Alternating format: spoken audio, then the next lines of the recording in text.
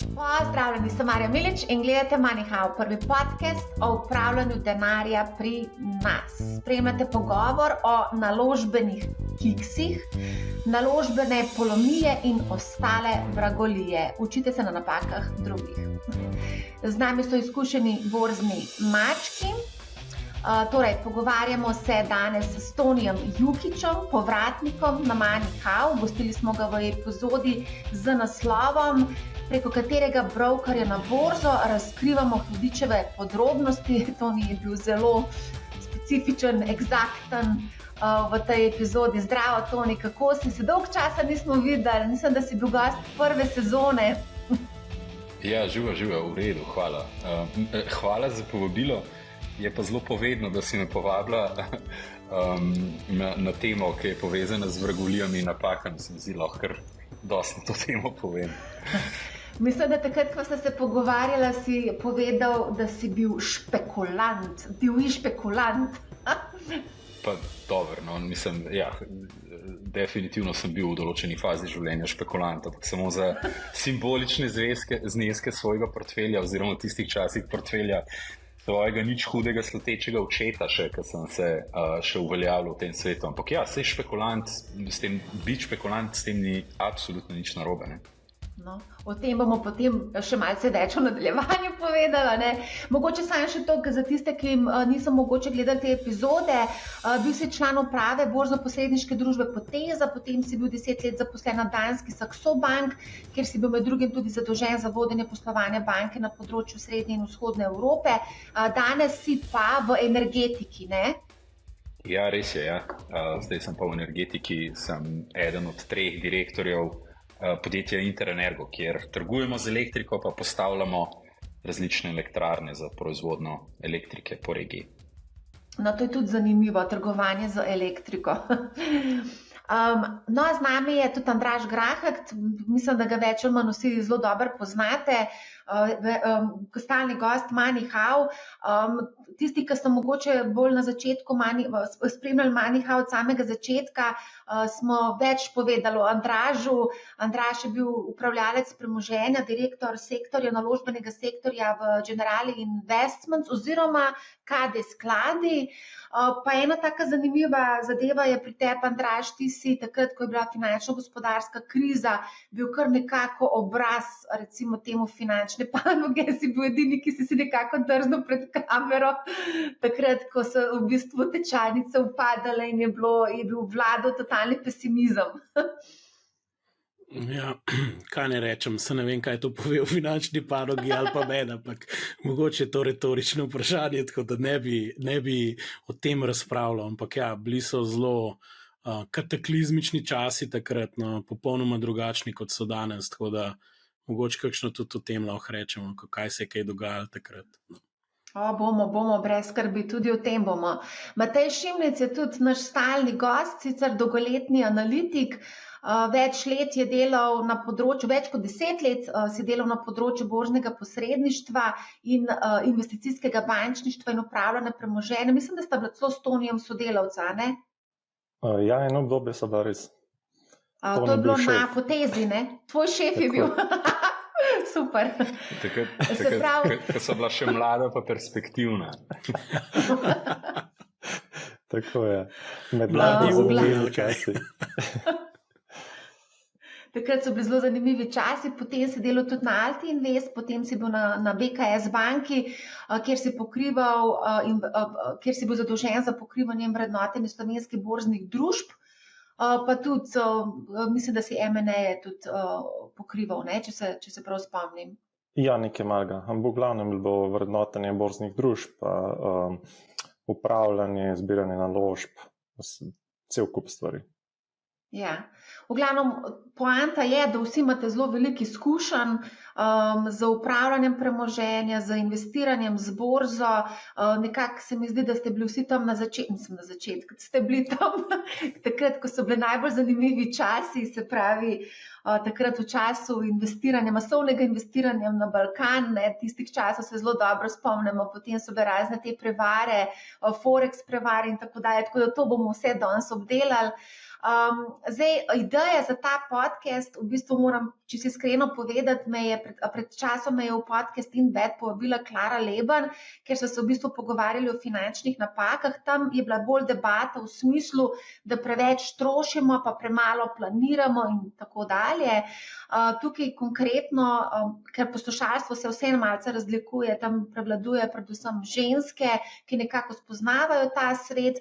Tukaj na Moneyhow imamo pa, bom iskreno povedala, pač pretežno moško publiko, ki že imajo kar nekaj izkušenj z investiranjem, ne samo na borzi, kripto, skratka, zelo so aktivni naši poslušalci in gledalci. In seveda, zanimalo me je, kakšne finančne napake oziroma naložbene napake so okusili naši poslušalci. Dobili smo pa kar precej zanimivih odzivov, izkušenj, tako da bomo danes pogledali skupaj malce njihove napake, pa malo bomo tudi analizirali, pa še kakšno bomo rekli o naših napakah. Se strinjamo? In vse tiho je bilo, tako da v redu je, hvala, adijo, zaključili smo, se hecam. Jaz predlagam, da mogoče kar začnemo, pa bomo potem mogoče še malo bujali spomine, kako je bilo v naših oziroma v tistih starih časih, ne, ko smo delali še zelo velik napak, zagotovo jih pa delamo še danes.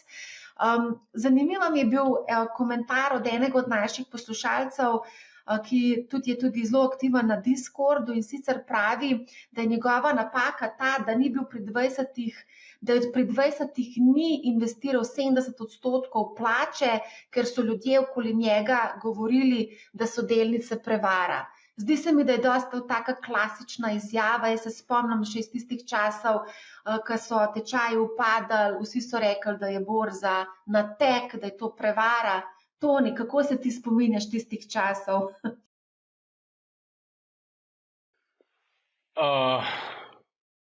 Jaz mislim, da je moj prej omenjeni nič hudega sluteči oče še vedno nekje v enih knjigah zapisan kot manjšinski delež Alfa Plama v Srbiji. Mislim, da podjetje v resnici relativno dobro dela, ampak oziroma da še obstoja, iskreno ne vem, ampak ker sem hotel s tem povedati, je, da moja izkušnja recimo je bila vezana na, mislim, takrat v zgodnjih fazah, pa ne v najbolj zgodnjih, ampak takrat mogoče malo kasneje, na to balkansko norijo in nenormalne rasti cen delnic tam na Balkanu, kjer si praktično karkoli si kupil, če si prav čas kupil, si neverjetne donose dosegel in seveda po stari zgodbi, kjer imaš ti nekaj asset, ki ga si želijo, likvidnost pa vprašljiva, potem v nekem trenutku, ko se trend obrne, so tudi izgube zelo hude in tisti, ki je kasneje prišel not vložil, pa v zelo visokih cenah je ostal praktično z zelo mali odstotki svojega začetnega vložka. Tako da jaz se tega spomnim takrat, ker sem res, takrat jaz iskreno povem, jaz nisem imel veliko svojih sredstev, oče mi je zaupal, ker sem se pridružil tej borzni industriji kot mlademu kvato diplomirancu in nekaj njegovega portfelja mi je dal v upravljanje. In to smo pač delali s tistim, kar smo mislili, da je prav. In tam vem, da sem naredil mu kar precejšnje izgube. Tako da to je bila prva malo taka moje srečanje s temi res volatilnimi trgi, kjer je dejansko letel gor tako neverjetno ob zelo nizkih likvidnostih, potem pa se noben ni mogel ven iz teh naložb, se pa tudi tako zelo dobro sesul. Bi pa nekaj drugega rekel temu poslušalcu. Prva stvar, ki jo je treba po moje zagovarjati vedno, je ta neka osebna odgovornost. Jaz se tukaj, kar se tega tiče, pa ne v smislu slovenske politike, ampak nekega takega življenjskega nazora, jaz sem precej desničar. V smislu, vedno si za sebe odgovoren, vedno moraš sebe izobraziti, če ne veš, kaj delaš, ne tega delati, dokler nisi prepričan, da veš, kaj delaš in v bistvu tukaj se mi zdi najpomembneje, ker se odločaš, da boš nekaj denar dal. Kam, v kakšnem odstotku, kaj se zgodi, če so čisto vse predpostavke moje ali od nekoga, od katerega zavestno sprejmeš na svet, napačne, ali lahko živim brez tega. In na koncu je v bistvu ta neka posameznikova odgovornost tista, ki je prva stvar. Nisem vložil zaradi tega, ker sem verjel drugem. Ja ne, v resnici se nisi pozanimal o tem, kaj delnice pomenijo mogoče na zahodu v neki zgodovini 100-150 ali kakorkoli že let, in v bistvu pač vse zgodi, šola za naprej in iz tega je treba nekaj potegniti. Ne. Je pa res, da po mojem tudi finančni trgi v obliki samostojnega udejstvovanja in presežem, da je to zadnja stvar, ki jo povem, pa prepustim besedo sogovornikoma, je tudi stvar, ki mogoče pa niči za vsazga, ne. Varčevanje v kakšnem vzajemnem skladu, neka taka zelo konzervativna razpršenost, absolutno, ne, da boš pa neke delnice zadev, piku, se pozicioniral na neke surovine, mogoče je to že stvar za mogoče nek manjši odstotek ljudi, ki pa res ogromnega časa nameni temu, da ve, kva sploh dela z denarjem. Ne, to so moje prve misli, upam, da sem zadev vprašanje. Si zadev vprašanje.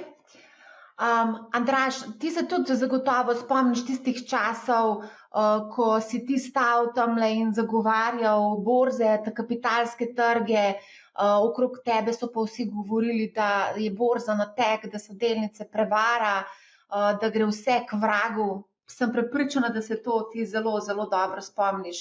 To je bilo takrat, ko se je zgodila gospodarsko-finančna kriza leta 2008, ko se je dobesedno vse skoraj da skreširalo. Mislim, da smo imeli takrat 65% upad S&P 500, če se prav spomnim.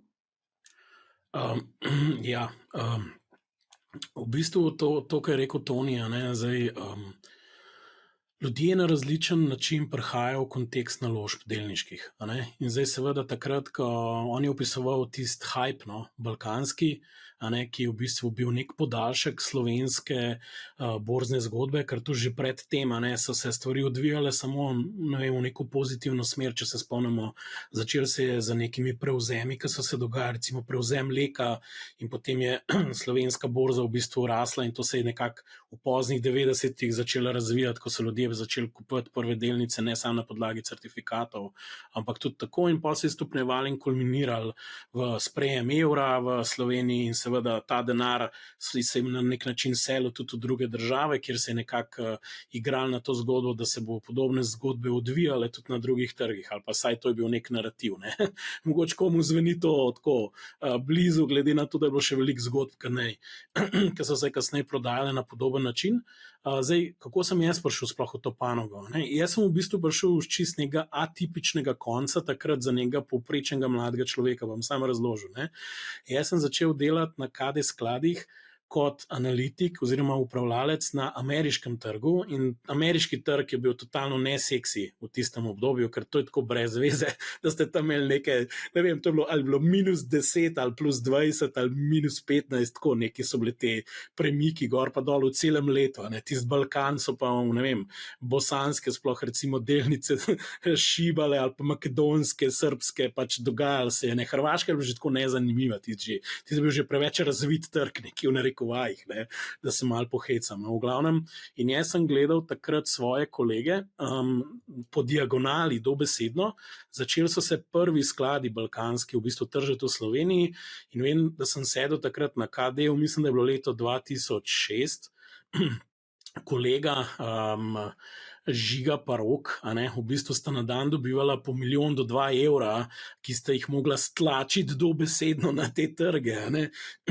To je bil, če danes pogledamo to početje, in ljudje so v takem kontekstu prišli v kontekst, kaj je delniška naložba, in seveda pol, ko se je sesul, so vsi rekli, to je pač natek.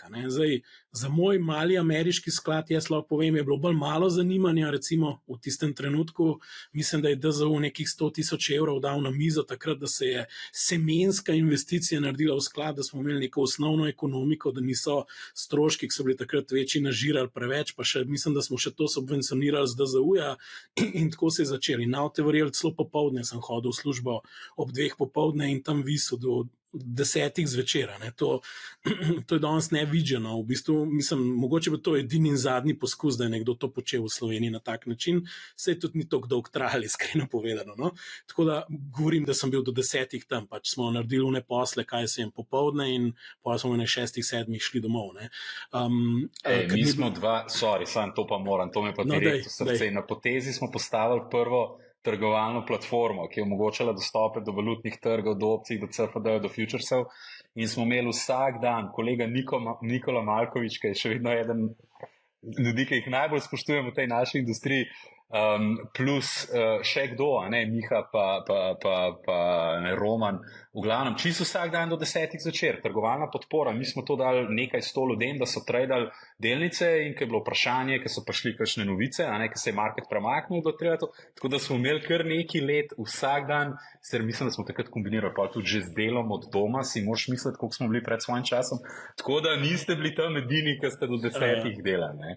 Ne, sej delač od tega, govorimo o našem DZU-ju, da ne pomota, jaz ne vem, kdo je še visel, pa kdo je od doma, ne vem, prek kakšnega brokerja to tradal, pa gor dol, ampak pravim, da seveda tam je bilo drugače, vi ste rabili podporo za stranke in bilo skozi treba skrbeti, da kaj ne pade dol s tirnic, po domač povedan, ampak tako se je začelo, ampak hotel sem to, ta kontrast sem hotel pokazati, recimo, dajmo reči, neke vrste S&P 500 trg, S&P 500 trg proti lokalnem trgu, ki je noč pa dan, likvidnost je noč pa dan in zdaj ljudje percepirajo eno in drugo kot enako delniško naložbo. Na nek način, to so delnice, kjer zdaj izberemo, da bomo zaslužili denar. In tako je takrat bilo in večina je zaradi donosov takrat, ko je prišla, rekla, zakaj bi jaz se zajebal z Ameriko, da bom 5% naredil, ali pa 6, ali pa 10, ali pa ne vem, če v ful noro leto 15, pač dajmo iti na Balkan, se vidimo, kaj je zgodilo, pa še vsi se okrog govorili, to se je ponovil,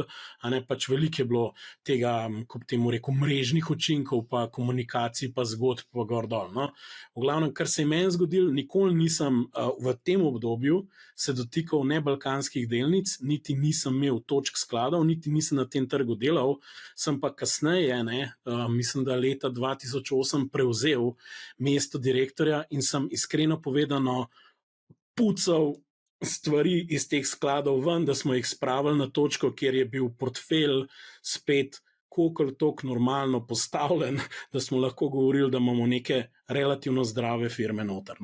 Tako da v bistvu te ekscese sem jaz na lastni koži okusil, ker morate razumeti, ko ste imeli 1,2 milijona evrov noter in pač je bilo pomanjkanje delnic, določene pozicije, ki jih ta balkanski sklad imel, so bile tudi 10-15% nekih firm lastništva. In zdaj, what do you do with it? Tako da, ampak zdaj, zelo pomembna stvar, delnice kot delnice niso na tek, dajmo to mogoče jasno povedati.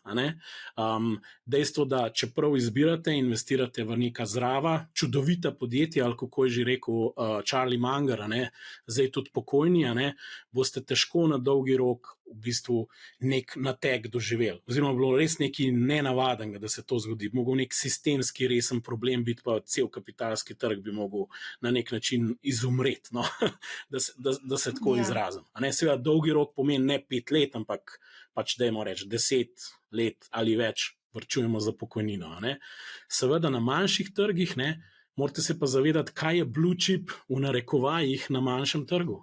Zdaj na enem srbskem trgu je bil takrat blue chip mogoče AIK banka, recimo, sam pač govorim, to je zasebna banka od gospoda Kostiča, zdaj je večinski lastnik.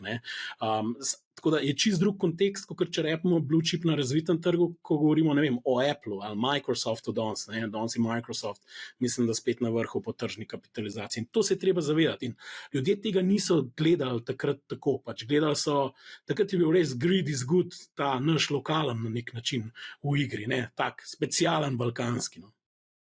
Sej ta specialen balkanski grid je še zmer tukaj, nikamor ni šel, še zmer smo gridi, še zmer hočemo zelo na hitro zaslužiti. Matej, kako se pa ti spomniš tistih časov pa teh kiksov, ki smo jih delali, takrat kot analitik si verjetno dobil zelo veliko vprašanj, v katero balkansko delnico se splača investirati. Takrat vem, da je bil to nek šov na neki televiziji, investiranje z Brankom.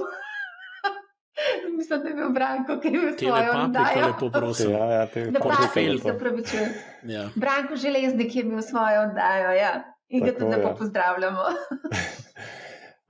Jaz sem bolj na konc prišel. Jaz sem prišel, to se pravi, avgusta 2007. Takrat se je že malo vse skupaj umirjalo, Zahod se v bistvu na vrhu. To je bil vrh. Bi pa mogoče dodal, da je borza na tek, sicer ne vem, katera generacija je ta mislim, vprašanje zastavljeno, s katera generacija, ampak vse skupaj v Sloveniji malo tudi izhaja iz nerazvitosti samih finančnih trgov. Ne. Se vemo, kako so se certifikati delili in tudi dejansko strokovna javnost so bile določena mnenja, da so certifikati nič vreden papir. Tako da že od tam se je nekako začela ta že malo fama, da tisti, ki niso imeli znanja oziroma se takrat tudi ni bilo toliko dostopa do vseh informacij, ne, se je začel oblikovati mnenje, da borza pač je natekana, prodajmo ta certifikat in potem se je začel še s tajkuni in z vsemi temi zgodbami in več kot je teh zlorab na trgu, ne, bolj je ta zaupanje v finančni sektor pada in v samo borzo. Vse podobno se dogaja tudi na zahodu, v manjši meri, ampak vseeno smo videli, ne vem, recimo, da je bilo 10-15 let nazaj so bile razna kitajska podjetja, ki so bile samo lupine na ameriški borzi in so jih ljudje kupovali in izgubili precej denarja. Ne. Tudi Slovenci so prek brokerjev kupovali ta podjetja in med njimi so bili tudi znani vlagatelji, prekaljeni mački iz ameriških trgov, ki so vlagali v ta podjetja in izgubili, ker so bili pač enostavno nategnjeni. In več kot je tega, ne, in na drugi strani tudi ta trend, da je easy money, da gre stvar samo gor, da se ni treba izobraževati, ne, to je v bistvu potuha lenobi, v takih obdobjih se noben ne izobražuje, noben kazalcev ne gleda, noben ne gleda poslovanja, vzameš denar, ga nakažeš na borzo in boš zaslužil, ne? In iz tega potem izhaja ves ta nezaupanje oziroma ne more niti biti drugače, ne? Pa ko zadeve enkrat začnejo padati in nimaš odgovora in ne veš, kaj narediti, ker v bistvu nisi vedel že niti na začetku, zakaj si prišel na ta trg. Mogoče medklic za vse tiste, ki jih ta kitajska zgodba zanima, YouTube ali pa kakšna streaming platforma, The China Hustle, se mi zdi, je dokumentarc, ki opisuje vse te, rekel, dvojnost, rekel, teh kitajskih in kako so strukturirali, kako so šli na trg, ko so imeli dvojne bilance, ene za kitajske oblasti, ene za ameriški trg, kaj so revizori delali, mislim, vse živo se tam dogaja. Vsej bom iskreno povedal, če bi resno revidiral kakšne bilance takrat dol na Balkanu, verjetno ni bilo dosti delati stran od realnosti, da so imeli malo dvojne številke, malo za da borzo. Mogoče fun fact, v Srbiji trgovanje z notranjih informacijah, mislim, da še danes ni sankcionirano, niti ni bilo takrat zakonodaje, tako da je bilo anything goes. To so tudi direktori tam vsi vedeli in to je bil ureden topik, ki Skepper šel je rekel, notranje informacije, kako pa to zdaj vi govorite, ko vam gre zdaj tale mesec, se ni nobenega zakona. V bistvu. To je v bistvu dovoljeno na nek način. Ne? Tako da veliko je bilo, rekel, nekih lukenj in to je ustvarjalo mogoče celo, sam še toliko mogoče, ene dve kaste, bi jaz rekel. Unik so mislili, da vse vejo, ker seveda so jim tudi dol deložili lepo, kaj vse se je zgodilo z njihovo firmo, in pol še drugi od odzunaj, ki so mislili, da oni, ki kao vejo. Ne? Zdaj si pa predstavljajte, v resnici je bila realnost pa neki tretjega. Ne? Vse je bilo overpromised, ne? Pa underdelivered, pa še trg je šel dol. Tako neki tak. Ni zanimivo, da so vsaj to Američani po Srbih prevzeli. Če pogledaš kongresnike, tam tudi se da vse na podlagi notranjih informacij potrebiti. Imajo posebno kasto, ki lahko dela vse žive poslice, iskreno povedano. Ne? Tako da, veš kaj, zdaj sem se spomnila, to, kar je omenjal Matej, certifikate. Spomnim se zgodbe iz tistega obdobja, ko sem raziskovala albanski certifikati, ki so bili pa dejansko res nič vreden papir. Folk se je grel s tem papirjem, vrgli so v peč, zato da so kurili ta papir. Tega je bilo ful veliko, ampak pol je prišlo kar nekaj do nas, da je to ful nekaj, da se da ful dobro zaslužiti s temi albanskimi certifikati. Je bila ful taka zanimiva zgodba. A gremo lahko samo na neko zadevo, tole se mi zdi, da je ful pomemben Toni. Kristjan pravi, bil sem investiran že pri 18, na to sem pa vse skupaj prodal pri 20 na priporočilo staršev in frendov. Starši in frendi, finančni svetovalci. Enkrat sem delala anketo, komu bi zaupali svoje finance, no, starši in prijatelji niso bili na vrhu, tudi pa finančni svetovalci niso bili. Ne vem, kdo je bil, ne spomnim se. Sam sebe bi verjel najbolj. Dve stvari mi tukaj padeta na pamet. Ne? Prvič, jaz sem imel to srečo, ali sploh ne spomnim se, kako je ta proces potekal, ampak imel sem iz tele privatizacije delnice Krke. In jaz sem v nekem momentu svojega življenja hotel nek nov šport si umisliti. In jaz sem šel vso Krko prodati, zaradi tega, da sem si rabljen surf kupil. Okay?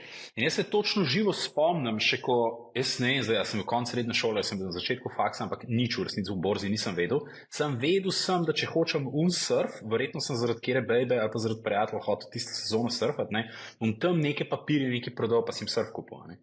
In jaz sem dejansko to naredil in sem se pol čez leta spomnil, po katerih cenah, pa iskreno se zdaj ne spomnim, po katerih cenah sem jaz to Krko prodal, zaradi tega, da sem si kupil surf. In zdaj tukaj lahko gledam z pozitivnega ali pa negativnega. Koliko oportunitetne izgube imam, če bi recimo se ne lotil tega, pa zadržal te delnice do danes, verjetno bi bil kar ogromen znesek. In druga stvar je, 10 let sem surfal, pa sem 10 let kajtu in vsako fucking sezono sem se veselil tega in še vedno se veselim, ker grem kajtati. Tako da neki sem vseeno od tega imel mogoče še več kot denar, ker pač denar je denar. Tako da to je prva malo šaljiva zgodba. Nisi edini, na tebe so vplivali mogoče starši, Kristjan, na mene pa družba, da gremo surfati, prodaj delnice. Nekaj drugega bi rekel, to je pa ta druga stvar. Večkrat se zgodi, da bomo ful bolj obžalovali neke izhode iz nekih tradeov, pozicij, investicij ali pa nekega strateške naložbe v določeno mogoče tehnologijo, v določeno geografsko cono ali pa v neko naložbo, v katero verjamemo, in da enostavno zadanemo 20, 30, 40, 50% in se v bistvu ful prehiter iz pozicije ven spravimo. In so te stvari še bolj boleče, kot mogoče neke izgube, ki jih znamo kontrolirati, rečemo, da je minus 20%, pa prodal, nimam prav, ti izbolija, ker si imel recimo prav in si takoj v prvi polovici trenda zapustil barko in potem gledaš izven pozicije in to tako prekleto boli, ker si imel prav, ker si služil, sej si nek profit pobral, ampak glavnino pa pustil. Zaradi tega smo mi takrat v časih, ko smo ponujali to trgovalno platformo aktivnim trgovalcem, veliko smo jih probali na neko logiko trailing stopov navaditi. Trailing stop je v bistvu način izhoda iz marketa, kjer ko ujameš trend, se tudi tvoja izstopna cena avtomatsko s trendom dviguje. In v bistvu včasih prepustiš čist algoritmu, torej da ti kontinuirano ob rastočem trgu premika izstopno točko, prevališ neko to odgovornost ali pa to, bom rekel, mentalno odgovornost oziroma ta pritisk, kdaj izstopiti. In ti, ko ujameš trend, mogoče sam nikoli ne bi šel v neki točki ven, ko pa narediš s trailing stopom situacijo, kjer ti je čisto vseeno, do kam boš šel trend, ker ga boš v veliki večini ujel. Tako da včasih prehiter izstopati je lahko še bolj boleče, kakor mogoče z izgubo prodati. Ta stvar se mi zdela tudi tako zanimiva, ker sem tudi jaz samo v življenju imel ene par takih pozicij, da pa Kristjanu bi pa sem to rekel, ful je še mlad, razen če ni zdaj ostareli 45-letnik, kot jaz, pa se spominja stvari, ko je bil star 18 pa 20, pa mu ne moram pomagati, če pa še vedno tiste starosti okoli 20, pa zadela denar je še ful leta. Poglej nas, kaj vsi plešasti pasivi, a veš, ful ima še priložnosti. Bi pa definitivno se strinjal, da princip izstopanja iz naložb prepustiš komu drugemu ali čemu drugemu, ne pa prijateljem pa staršem. Absolutno. Kaj pa recimo to, kar je rekel eden DDXX.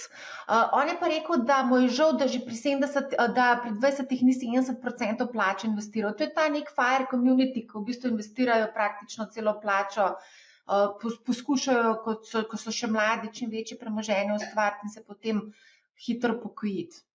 Kaj si mislimo o tem, da ti investiraš praktično 70% plače? Jaz mislim, da s tem ni nobenega problema v predpostavki, da tisti preostanek razpoložljivega dohodka lahko pač normalno funkcioniraš in živiš. Verjetno se ni treba glihči z vsemu odreči. Jaz mislim, da sta tukaj vsem dva koncepta. Eno je, da ti v bistvu imaš neko aktivno stavo, aktivno naložbo, lahko temu tudi rečeš špekulacija, lahko je v vzvodu, se nima veze. Eno je pa, da imaš neko čisto osnovno, rekel, pasivno izpostavljenost do tveganih naložb, ki ti bojo zaklenile na dolgi rok neko premijo za tveganje in donos. To sta dve zelo fundamentalno različni stvari. In jaz bi priporočal vsem, prosim, ne imeti samo aktivne stave, to bi odsvetoval vsem.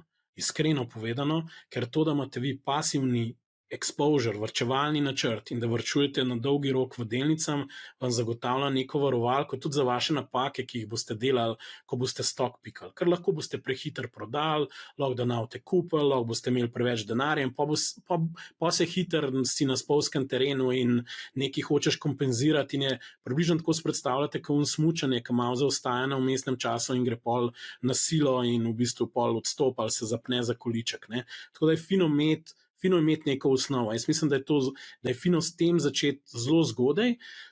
Je pa, če imaš čas, fino se tudi relativno zgodaj imeti nek denar, ki si ga označil za napake, lahko je tudi tam, zato da lahko sprejemaš bolj agresivne stave. Ne samo eno, mislim, tako bom rekel, če nisi za to, imej saj uno prvo osnovo. Ne? Če te pa še to zanima, si pa lahko vzameš nek budžet in se igraš. Zdaj, koliko procentov uložiti v nek, ne vem, strojček, compounding machine, če hočete, ali na nekih ETF-ih, ponavadi se to dela, je bolj vprašanje nekih tudi ciljev, ki jih hočeš v življenju doseči in kam želiš priti. Sej približno vemo, kakšni donosi nastajajo in če to v nek spreadsheet noter vržemo, bomo približno razumeli, kaj pomeni 70% plače in kam boš prišel.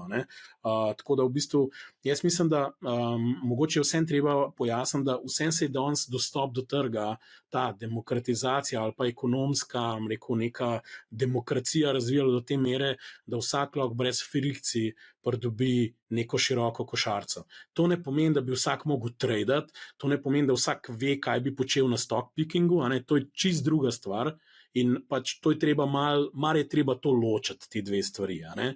In za nek varčevalni načrt je bolj vprašanje, ga moraš peljati do točke, ko v bistvu ti dosežeš neke svoje cilje. Zdaj, če so čez 20-30 let, pač to noč odmečeš 20-30 let in pač je to. Če imaš pa zraven še pocket, da v bistvu vsake toliko časa nekaj kupiš, lahko na vzvod, lahko derivativ uporabiš, lahko, ne vem, margin uporabiš, lahko, kupiš nek stok, ki misliš, da veš, zakaj si ga kupil, tam je pa fajn imeti neko logiko, kaj sploh počneš. Mislim, ok, razen če se hočeš zabavati, to je tudi možen. Pač to je ekvivalent, bolj, ko bi rekel, have a fun time with stocks instead of something else. A veš, tako da pač ja, tudi to lahko počneš, ampak to osnovo bi jaz priporočil vsem, da tukaj začnejo, zaradi večjih stvari, da nam zdaj predolg. No, da ne boš predolg, gremo mogoče. Gaj je naštel celo res 6 svojih napak je tukaj izpostavil. Zelo tako se mi zdi, da so to pač take napake, ki jih je marsikdo že naredil. Mogoče Matej, tukaj Gaj pravi, da se je zanašal na nekega robotka, ki bojda zelo varno trguje. Ja, mislim, s temi roboti, jaz bi se mogoče na prejšnje vprašanje navezal. Jaz sem imel podobno izkušnjo kot Toni, samo da jaz nisem kupil surfa, ampak sem odprl račun na kaj je bil, E-Trade takrat v Nemčiji in so se mi zdeli zabavni certifikati na Evropske banke. Ampak še obdavčeni niso bili. To je čist drugač, stari. Še obdavčeni niso bili, tako da to je bilo, ni mogli čisto res si analitik, nor. Znorel sem in sem šel derivative tradati.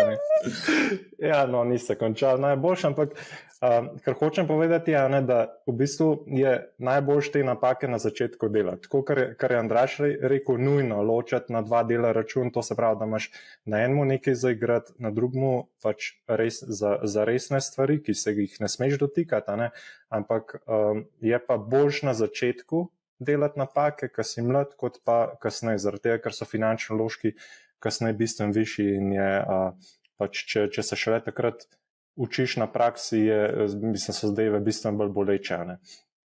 Kar se tiče teh robotka, pa tako, da sploh, ko gre za kakšen black box in ga ne razumeš, so stvari zelo nevarne, ker ti nekdo drug daje priporočila. Če sam delaš to, je pa en problem, da, kar sem tudi jaz na začetku delal ravno takrat s temi derivativi, sem se opiral na tehnične kazalce in ko ti enkrat tehničen kazalec, ko ga ti gledaš na oko, mislim, po občutku vizualno, se ti zdi, da zadeva deluje, če pa stvar res matematično narediš, tako kot mora biti, kakšen zamik imaš ti pri odločitvi in tako naprej, je pa večina tehničnih kazalcev večino časa pač problematičnih oziroma zelo težko delaš konstantno dobre trade. Tudi določene stvari, ki so pa recimo preverjene in recimo delujejo, je pa težava, da lahko prideš v določeno obdobje, lahko tudi 5 let, recimo v obdobje, ko stvari ne delujejo. Govorimo o trend following strategiji, ki je bila zelo popularna tam 2012, 2014, recimo do takrat.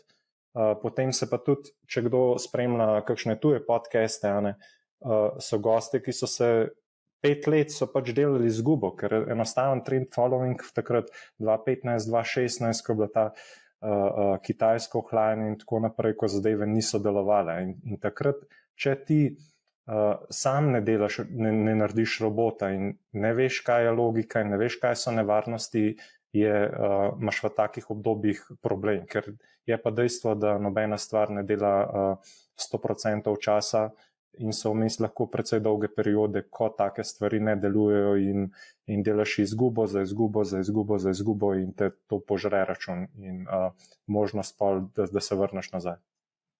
Zdaj, ko smo vsi delili izkušnjo, oziroma vidva sta delila izkušnjo s certifikati, jaz se tudi spomnim teh certifikatov, jaz mislim, da sem imela Merkur, jaz nisem kupila surf ali pa certifikate, tako kot ti, Matej. Jaz sem dejansko tisto prodala za to, da sem zapravila za pizdari. Ti si bilo pa tako res brez možganov, res najstniško razposajeno, crazy, gremo do konca. Tako da ja, a lahko mogoče, kaj pa ti, Andraž? Še Andraž mora povedati, kaj si pa ti naredil s certifikatom, kaj si ga dobil? Sej, kva sem pa naredil? Ja, dobro. Čak, se moram prav spomniti. Ja, v bistvu zgodba mojih certifikatov je, da sem končal z nekimi butastimi pooblaščenimi investicijskimi družbo, ker pač, takrat so certifikati tekmovali za dobre delnice in če nisi pač prišel pravočasno, se aktiviral, so ti ostale samo še zgodbe, kjer so v bistvu pooblaščene investicijske družbe sprejemale te certifikate, ker je država rekla, da bo na dražbah dala neke delnice ima. In si ti v bistvu preko nekega sklada, da imamo temu tako reči, to so bile pooblaščene investicijske družbe, imel. In jaz sem mu certifikacije prevalil v delnice Kompas sklada 2 od gospoda Laha, ki je danes na lestvici najbogatejših. In na prvem mestu, lepo prosim. Ti se je združeval, razdruževal, mislim, tako, saj ne vem, ko ne to sploh rečem, dajmo tako reči. Sistem je bil tako narejen, da ker ni bilo likvidnosti, so družbe za upravljanje prejemale nadomestilo v delnicah pooblaščenih investicijskih družb. To je bilo v zgodnjih časih in tudi management fees so bili zelo visoki. In ker nihče ni hodil na razne skupščine, so pač ljudje, ki so to upravljali, beri pač, ne vem, družbe okrog, pač ne vem, kdo že, ko se je družba imenovala, ki je upravljala Kompas sklad 2, res se ne spomnim. V glavnem so pridobile to, da so sami izglasovali vse sklepe in na koncu sem sicer nekaj dobil od tega. Mislim, da sem mal, če se prav spomnim, doštukal zraven za nek ojačevalc, ker sem ga kupil in smo pol žgal, pač rekel, dajmo reči, da je omogočil en del upreme, ki sem jo uporabil za to, da smo pol žgal tudi death metal. Malo sem mogel pa še delati na petrolu, takrat, ko sem bil študent, da sem malo zraven dokupil, da je pač to funkcioniralo. Nisi rekel, da se ne spomniš, pa sem ne, pač nisem se tako spomnil. No, v glavnem, če bi bilo samo od tega odvisen, ne vem, če sploh en zvočniček kot ojačevalca bom prišel z tega, no? Tako da ja, okay. To je bilo to. Ja. nateg, kaj pravijo. Nateg. No, zdaj, ko omenjaš natege, veliko je bilo tudi teh naših na Discordu, ki so omenjali natege, vse sorte nategov, od MLM nategov, mrežnih marketingov, tudi tukaj imamo vprašanje od Repice, kaj si mislite po poplavi različnih mrežnih marketingov na družbenih omrežjih. Tudi naši poslušalci na Discordu so omenjali cel kup nategov, pa bi se mogoče, en nateg pa je bil iz leta 2008-2009, ki se ga jaz zelo dobro spomnim, ker sem to zgodbo zelo detaljno pokrivala. Financas Forex. Financas Forex je bilo v bistvu kakor neko valutno trgovanje, neka spletna stran, ker si ti služil samem res ful denarja. Na mrežni marketing je bil tudi to. V glavnem, to je bil en večjih nategov, ker se je v bistvu kar nekaj Slovencev v bistvu je izgubilo zelo veliko denarja, celo neki samomori so se dogajali v tej zgodbi in potem se je ta zgodba nadaljevala preko neke gospe v Španiji, ki je potem še enkrat okrog prinesla vse te iz Financas Forex zgodbe. A mogoče se vi spomnite vseh teh Forex prevar, ki so se takrat dogajali? Imeli smo Financas Forex, FX Run, potem so bile, se sploh ne spomnim več vsega. Se smo imeli enega obsojenega, Nilo Marconi, mislim, da je en redkih, ki je sploh na sodišču prišlo do neke obsodbe. Teh Forexov je bilo kar jih holj. Jaz se spomnim, ker smo neke sošolce z osnovne šole, ki so me klicali, da je tam neko tržičo, nek trgovski, neki trader s Forexom in da ne vem kakšno strategijo. Zdaj, ker razmišljam nazaj, koliko je bilo to noro. Mislim, res, ta Forex je bil toliko pojavnosti bilo v tem ekosistemu, da jih sploh težko vse opišeš. Od čistih nategov, od folkov, ki je dejansko nekaj obračal, od ljudi, ki so sami trgovali na Forexu, na leverage, so probali, tudi jaz sem to probal, in sem nekaj na FX-u tradal, najprej virtualno, pa tako, pač nekaj sem zaslužil, pa sem pa nehal na srečo, tako, zaslužil sem Jurija 2, hvala lepa, adijo, čistko, ampak takrat je bil šport, to je bila neka progresija, od delnic, teh je bilo pol Forex. Zdaj pa, ali si se onboardal tudi v končni fazi, tudi preko vas na konc Toni, ste tudi verjetno Forex trading ponujali, ampak takrat je bila neka mala renesansa trgovanja okrog Forexa, pa nihče sploh ni točno vedel, ali res ima Forex account, a je kaj v zadju, razen seveda, če si vedel, kaj delaš, kar je bilo pa relativno malo ljudi, ki so dejansko račun znali odpreti in ga odprli nekje in potem pola razumeli. Tudi CFD-ji so takrat že prihajali na trg, so se pojavljali poleg Forexa. Jaz vem, da sem v nekega brokerja za CFD. Že do dan sem srečen, da sem tam denar nazaj dobil, če zdaj nazaj gledam, sem mislim, kam sem jaz nakazoval ta cash. Jaz se spomnim iz tistih časov, to je bilo leta 2008-2009, ko se dogajali ti Forex prevare. Res zelo veliko Slovencev, ki danes promoviramo, tako rekla, pa predstavlja kriptovalute. Jaz bi tukaj nekaj rekel. Meni se zdi, da sem bil tukaj prav eno tako zanimivo vlogo v tej svoji karieri. Zato, ker mi smo takrat pod okriljem licencirane borzne hiše Poteza, praktično po vseh možnih pravilih, ki smo jih lahko iz slovenske zakonodaje pobrali ven, smo lansirali samostojno platformo za samostojno trgovanje. In so bili čist legit poslovni model, sicer ultra tvegan v resnici, ampak poslovni model, ki je svoje back-office sisteme prilagodil, jaz se spomnim, jaz sem živo spomnim, to je najbolj zanimivih stvari, na katere sem ponosen v lifeu. Jaz sem pisal specifikacije, kako naj slovenski tale borzni sistem, ki je bil navajen samo delnice pa obveznice razumeti, kako naj ukomponira vse in FX pare, in FX opcije, torej opcije na valutne pare in CFD in futures. Vse to sem spisal, da je potem una softwaraška hiša to sprogramirala, da smo mi vse po slovenski zakonodaji in potrdilo o prejemu naročila, pa predstavljite si trailing stop, ki se lahko praktično 100-krat na dan spremeni in smo 100-krat mogli to printati in pošiljati domov, folko, ki je tradal prek naše platforme in seveda potrdilo o izvršanju računa, o izvršanju posla in vse te stvari smo zrihtali. In v bistvu poskušamo tam z ekipo mladih fantov predstaviti samostojno trgovanje na teh borzah, ki ga do zdaj ni bilo in se trudimo in z razlago vpliva trgovanja z vzvodom, money management, organiziramo delavnice vsak četrtek, o tem, kako trgovati. In v bistvu poskušamo neko čist legitimno, samostojno trgovanje na teh trgih uvesti. In do te točke, da ATVP pride k nam, jaz se spomnim, Kamulc, ko sem bil 26-27 let star, sem tam ATVP-ju ustrelim ljudem, kot sem zdaj jaz razlagal, kva bomo ponujali, kako bo back office, vse to. In rečejo, cool, dejte. Kasneje se pridruži še Ilirika, ampak to je postranska zgodba. In to je ena stvar. Torej, poskušaš neko tako moderno, samostojno udejstvovanje pri s to vrstnimi inštrumenti nekako spromovirati na pač tak nek razumen, racionalen način.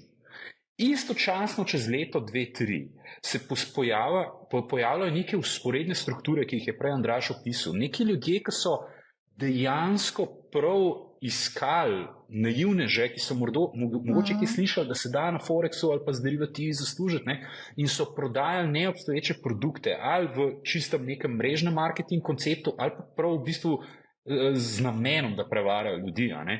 In jaz, zdaj prihajam do poante, jaz sem v vlogi, kjer kot vodja trgovanja na potezi pišem v ATVP-ju in jih opozarjam. Verjetno bi se to še kje v kakšnih arhivih najdel. Dejte biti pozorni na te scheme. Zakaj mene bratranc, please Robi, ne mi zameriti, ampak zakaj mene bratranc iz Planine pri Šentvidu, pri Sevnici, pri Šentjurju, pri Celju, kliče, da je tam nekdo hodil okoli in ima ful dobro Forex priložnost, zakaj na tem. Vedno se nekje ta ruralna območja upeljevalo v to, zakaj oni vsi služijo, dajte še vi, ne vem kaj, in se je mogoče ljudi, ki se niso ukvarjali s tem, malo bolj intenzivno novačili v te razne scheme. In torej, na ATV pa pišem, lejte, kleniki ponujamo legitimno Forex trg, zdaj največji trg na svetu, kle se pa potem to prepakira v neke sanje, kjer bojo ljudje itak samo pač izgubili ta denar. In so se tako ful nekaj dva vzporedna svetova, tukaj okoli te besede Forex, nekako pojavljala, da sem jaz se spomnim, kako sem bil zafrustriran okoli tega. Zdaj pa še češnjica na torto. Da ne bi bilo hujše situacije, se pa meni v moji takrat še oženjeni družini zgodi situacija, kjer mi nekdo prvič, ko me je spoznal, ne bi bil preveč oseben, ampak pač nekdo, ki se je preko moje takrat pol bodoče žene pojavil v mojem življenju, me vprašajo, kaj pa počnete, da mislite, da lahko hčerko odpeljete. In v glavnem sem imel v družinah primere, pri druženih družinah, kjer so točno v teh schemah ljudje izgubili zneske, ki niso zneski za navaden avto, ampak znatno višji. In sem rekel, dajte vas prosim, lejte, jaz sem človek, ki pozna nekaj na to temo, pišem ATVP-ju, vem, kakšne so to stvari, dajte prosim ne. Ampak je bil odgovor, da so se zvezde poravnale. Pa ni bil to odgovor, še dosti bolj bizaren je bil, da so se zvezde poravnale za to naložbo. Tako res absurd, da res nisem mogel verjeti. In samo mesec kasneje je teh precej veliko sredstev izpohtelo. Hočem reči, da čisto vsi smo ljudje, čisto vsi smo nekako ranljivi in če nam bo nekdo dosti prepričljivo obljubil neke lahkotne zaslužke, bomo skočili na to. In to je tisto, zdaj bom pa prvo temo, pa to zadnjo povezal, kar mene najbolj moti v celotni zgodbi. Kdorkoli nekako ve, da sem se vsaj v preteklosti bolj aktivno s tem svetom ukvarjal, vedno, ko pride do mene, hej, kje se da kaj zaslužiti? Daj vpraš me, kje se boš izobraževal? Daj vpraš me, kje boš poštudiral, kva so neke logike vlaganja pa menedžiranja svojega portfelja. Sam naj se ti veš, kje se da zaslužiti. Daj kup shitcoin številka 6, vrš kocko ali pa 5 v kazino, pa bomo videli, kako bo. Veš, da ful se mi zdi, da smo Slovenci nagnjeni k tem neki easy rešitvam, ko pride do finančnega sveta. Nekdo drug mi bo rešil problema. Kva je zdaj za kupiti? Kva je zdaj za prebrati? Tako da vsi mi smo nekako zelo smo občutljivi na te neke rešitve, ki so mogoče prehitre, tudi jaz sem pokleknil na njih, tudi jaz sem našim upravljalcem premoženja, ki sem sam trade v Forex, zmešan, ker sem mislil, da bom outsmartil market, pa so rekli, stari, tako ne boš, pa sem rekel, dej, kva ti veš. In valjda sem mogel 3-krat spucati portfelj do te točke, da me res streznal, da sem pa rekel, if you can't beat them, join them, in sem šel na firmo, ki je providala te storitve, da sem se sploh naučil celostnega aspekta industrije in zaslužil čist drugje, tisto, kar sem tam zgubil, pa še nekaj čez, ampak pizda šola vsaka ful stane. Ja, to imaš prav, ja. Zelo veliko je teh vprašanj danes, da mi povej mi, kje bom denar zaslužil, kako bom hiter denar zaslužil. Je pa res, da potem, ko se opečemo, ima pa tukaj tudi gajem eno poanto, verjetno, ko se je opekel po Financah Forexu, ker tam se je zelo veliko Slovencev opekel, je pa sledila druga zadeva, neaktivnost pri investiranju na naslednje desetletje po dogodivščini iz prve točke, evo točno iz Financah Forexa. Se pravi, tam smo se opekli, to je vse na tek in ne gremo več na borzo. To je kar pogosta praksa in to se danes otroci v bistvu učijo od svojih staršev, ker starši so se opekli zgodbo NKBM-jem, z Balkanom in ne vem, s katero zgodbo še, in svoje otroke učijo, da je borza na tek. To dostikrat slišim od mladih. Čeprav mladi se zdaj že malo samosvajajo, pa mogoče tudi malo svojo glavo razmišljajo. Matej, bi ti mogoče povedal, kako ti gledaš na to neaktivnost potem pri investiranju, ko se opečemo? Jaz, tudi ta zgodba, te oportunitetne izgube, to se pravi, da se čaka z denarjem na ta prav trenutek. Pač ta pravega trenutka itak vemo, da ni, oziroma ga nikoli ne bomo zadeli in mislim, zmer lahko najdeš razlog, zakaj ne biti na trgu. Tako da je boljš, da si vedno in saj z enim deležem stalno na trgu in se pač ne obremenjuješ z raznimi teorijami zarote in tako naprej. Tako da pač mora priti do tega dojemanja, da enostaven en del vedno namenjamo splošnemu trgu in pač verjamemo, da bo ekonomija šla to pot. Vmes jasno bodo padci, ampak takrat pač se pojavijo zmer priložnosti, da potem investiramo še tisto, kar pač čaka ob strani. Kar se teh shem tiče, je pa tako, da dejansko lahko vedno gledamo to tudi skozi nek risk management. To so stvari, kjer je izjemno velika verjetnost, da mi izgubimo in v skladu s tem pač lahko namenjamo temu primerno tudi vložke. Problem je, da ljudje namenjajo za razne shitcoine in podobne stvari visoke zneske, čeprav so izgube lahko izjemno visoke. Tako da tudi, če gledamo skozi oči risk managementa, lahko, mislim, nobene prav, da skozi piramido ne moramo zaslužiti, se na koncu ne vemo, na kateri fazi mi vstopamo, kdaj se bo znesek nazaj vračal, ampak pač v take stvari to je pač roleta, to je igranje na srečo in se zato pač nek drobiž investira in to je to. Ja, Andraž, a boš ti še mogoče kaj tlele dodal, mogoče malo bolj tega z psihološkega vidika, kako v bistvu premagati strah pred izgubami, potem ko smo mogoče se opekali na borzi? Mi smo se v bistvu takrat, ko sem jaz tudi prevzel upravljanje premoženja na KD skladih, izjemno veliko ukvarjali z obstoječimi vlagatelji v vzajemnih skladih. Mnogi so imeli zraven tudi balkanske delnice, tako ali po balkanskem skladu. Mnogi so imeli tudi razne druge produkte, ki niso bili najboljši za njih. In smo v bistvu nekako se ukvarjali, ker je začel dol leteti s to psihologijo, ne izstopati zdaj ven in prekiniti zgodbe, sploh če smo neko zdravo osnovo. Torej, o čem zdaj govorimo? Sploh ne o tem, da sem bil nategnen. Že tisti, ki so imeli, ne vem, zaradi mene ameriški vzajemni sklad, so želeli takrat iti ven. In takrat smo razlagali učinke, če greš ti ven, ali pa si v preteklosti v podobnih dogodkih šel ven in se šele kasneje vrnil nazaj, versus, torej v primerjavi z nekom, ki je vztrajal pa samo pustil, ali pa v primerjavi z nekom, ki je nadaljeval z varčevanjem, kaj je ven prišlo. In začeli smo pa tako iskreno povedano, da smo šli v krog, hudi intelektualci ali pa optimisti in na začetku smo se soočali v dvorano, ki je bilo 20 ljudi, od katerih je 19 se drl, da je to na tek in kaj vi tukaj le pridigate. In potem smo počasi začeli in potem se je malo začeli izboljševati. Ampak na eni točki, ko se to zgodi, zdaj spet je odvisno od konteksta. Zdaj, če mene en nategnil, sem bil pohlepan, bom ponavadi tih in niti nam prav preveč okrog šel in ne vem, koga vse obtoževal. Tako, če sam vem, da sem šel predaleč, malo je tudi kle. Če pa nekaj institucionalnega doživel, tako, v smislu balkanski skladi in gor dol, pol je pa sistem kriv, ali pa nova KBM, če hočete, tam pa zelo hitro greš na sistem, ker tudi dejstvo je, da je sistem zatajil malo, ne. Mislim, je zatajil, kakorkoli gledaš, pač neke varovalke, ampak to je zdaj simpel biti za nazaj pameten, ne.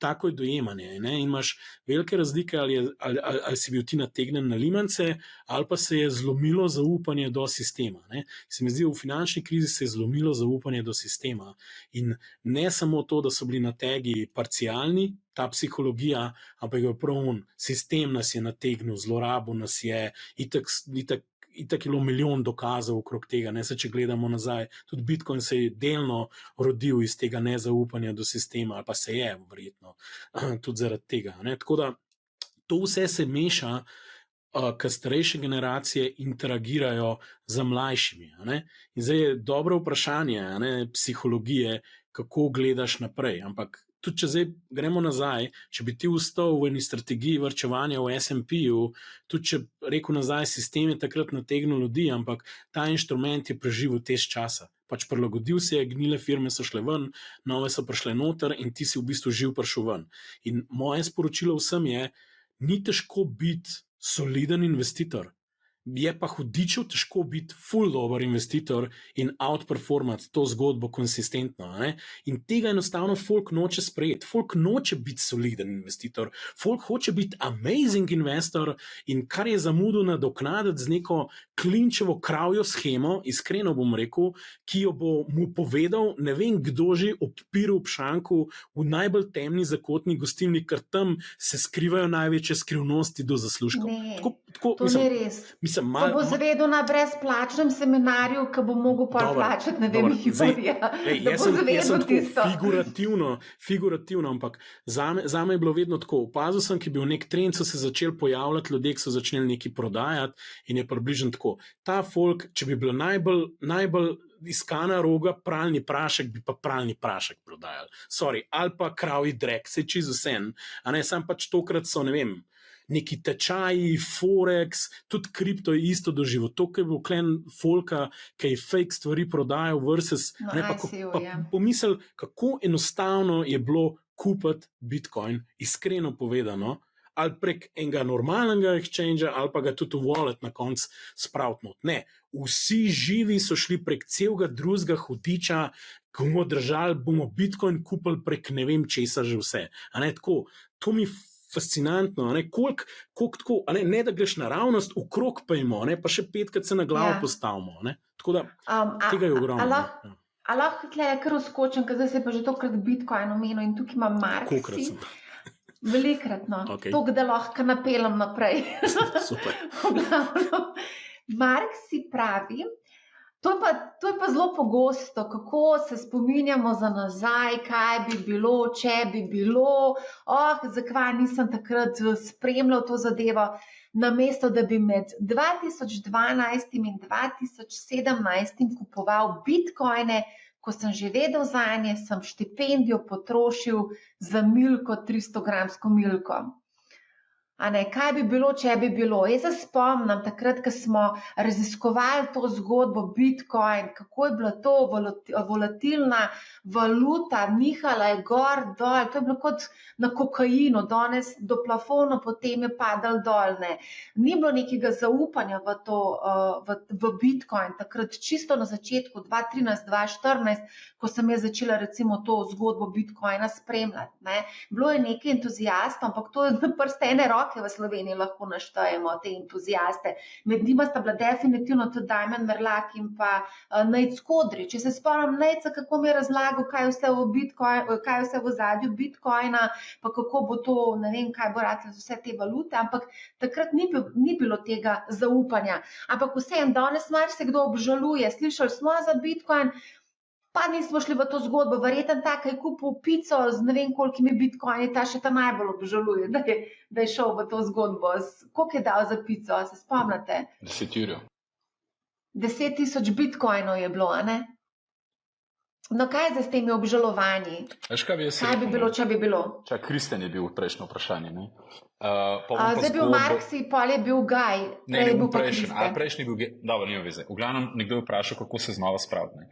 Jaz mislim, da tukaj Andraž že prej, pa tudi pol zdaj v zadnjem odgovoru Matej nekako dal neko zdravilo za to. Ne. Jaz bi rekel, ko se ti kaj takega zgodi, je enostavno potrebno se dati mogoče emocijam manj prostora in več prostora neki čisto preprosti matematiki. Ne. Razpoložljivi dohodek moj je X, okay? X ali pa Y odstotkov od tega bom vedno dajal za to in to obliko varčevanja, z odstotkov od tega razpoložljivega bom dal nekam drugam in z K delom se bom igral, čist brez slabe vesti bom poslušal, ne vem, Petra v gostilni. In v bistvu si naredi nek plan, kjer si ti na ta način dolgoročno udeležen pri tem, da postopoma pač varčuješ. V nekem malem delu, če imaš to željo, da se igraš, se igrajo. Tako da nekako se mi zdi tudi v preteklih letih mnogo teh traderov je šlo po podobni poti, kjer si najprej bil trader, ki si gledal neko ali tehnično analizo ali situacijo na trgu, si tradal po nekih emocijah, zdi se ti, da je to, zdi se ti, da je ono in potem določen odstotek teh, ki je bil to sposoben, ki so videli, da ne gre, so enostavno šli v neko kvantitativno trgovanje.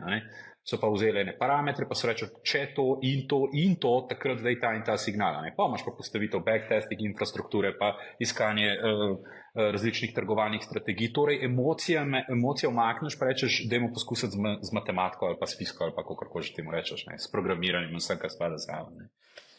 Eno zgodbo bi glede tega izgubljenih priložnosti povedal. Jaz sem prvič za Bitcoin slišal, moja leta na Saxotu, mimogrede so bila od 2010 do 2019, in v bistvu sem slišal že tudi precej zgodij, ampak po čisto popolnoma zanemaru. In potem se živo spomnim, kako sem kot takrat že nekaj middle management v banki leta 2016 ali 2015, ne spomnim se zdaj, se z lastnikom Saxo banka v Mercedesu vozila po Tel Avivu, ker takrat sem jaz tisto regijo pokrival in smo šli do Mizrahi, pa Psagot, to Mizrahi je banka, Psagot je broker in tam smo iskali nove relationshipe. In jaz se vozim s tem modelom. Ta človek mimogrede ima zdaj po moje neto premoženja med 500 milijonov do milijarda evrov. Prodal je svoj delež v Saxo banke in se je vrgel šel in kot drugih poslov. V glavnem tip je na Danskem poznan kot tak serijski podjetnik in zelo človek, ki ga res veliko ljudi spoštuje. V glavnem, jaz sem z njim v tem Mercedesu, on meni govori o Bitcoinu. Jaz pa on sva ujeta v prometu in on meni kaže grafe in on meni razlaga. In jaz tako, ne razumem, stari, ne vem, kva govoriš, the best. Jaz meni tak naroden mi je bilo, ker nikoli nisem stika s tem modelom, ki je banko postavil, ampak on meni to govori, jaz to živo spomnim, takrat je tradal, ne vem, 400-500 nekaj dolarjev, on meni to razlaga, jaz to ne razumem, pridemo domov, jaz malo pogledam, ne razumem, štekam, In hotel sem to povedati, da cela banka mladih ljudi, ki smo ponujali derivative, ki so ljudje se imeli za ne vem kakšne market guruje, cela banka je praktično vse do 2019, vse do 2020 popolnoma zamudila celoten boom, ki se je na Bitcoinu zgodil. In v bistvu ta neka kognitivna disonanca, pač pravi izraz, torej v bistvu neka situacija, kjer si ti v nekem svojem mehurčku, kjer smo čisto vsi na ta Bitcoin gledali zviška kot nek špekulativen, ultravolatilen, nič vreden inštrument, je kar nekako zajela banko. Zakaj? Zaradi tega, ker je banka fucking zamudila vse, ker so se pojavili kripto exchange in pobrali biznis in je bilo treba zviška gledati, ker nismo bili v tem poslu. In je samo fucking lastnik banke, ki je verjetno zaslužil, ne vem, 7-mestno številko v evrih ali pa celo 8, na tem premiku, ki je sam, vem, da je bil ful izpostavljen na Bitcoinu. Edino on je bil, ampak on ni mogel navzdol prepričati, da je to nekaj, kar bi banka lahko ponujala kot nek inštrument. Saxo je začel, meni se zdi, šele leta 2022-2023 ponujati derivativno Bitcoina. Hočem reči, ko si ti v neki noter, v neki sferi, ki te obkroža z precej enotnim mnenjem o tem, da nekaj ni ok, tudi sam težko preskočiš. In jaz potem, ko sem se odločil, da imam dosti tujine po 10 letih, sem slučajno nekako najdel neko priložnost na Bitstampu, smo se zmenili za 6-mesečno sodelovanje, kjer sem mogoče malo pomagal fantom pri enih stvareh, ki so bili na Saxotu čisto domače, oni so jih pa nekako mogoče takrat definirali in takrat sem fucking white paper prebral. In zašel čisto z začetka in z unim nekim svojim znanjem v finančnih trgih, pa makroekonomije, ki mi je bila vedno blizu, sem pa začel tako skrb dajati. In to je bilo 3-4 leta po tem, ko mi je nekdo, ki je zdaj vreden milijardo, mi je rekel, lej, stari, to je ful zanimivo, da je kup. Pa me ni prijel. Dokler nisem sam se znajdel v neki sredini, ki sem jo spoštoval in hotel biti adekvaten sogovornik in zažel white paper brati. Od takrat, seveda, sem bil tudi na tvojem podcastu, sem o Bitcoinu malo spremenil mnenje, ampak zanimivo je, kako ti te stvari grejo mimo. Pa smo bili kao moderna investicijska banka, ki ponuja te produkte, pa smo vsi zviška gledali na to. Ja, res je. Ja. Ampak mogoče bi jaz kle samo eno stvar dodal. Sej, če gremo gledati različne disruptivne zgodbe ali pa venture capital ali pa startupe, pogosto v bistvu je težko ugotoviti, kera stvar bo šla tako daleč, kot je šel Bitcoin.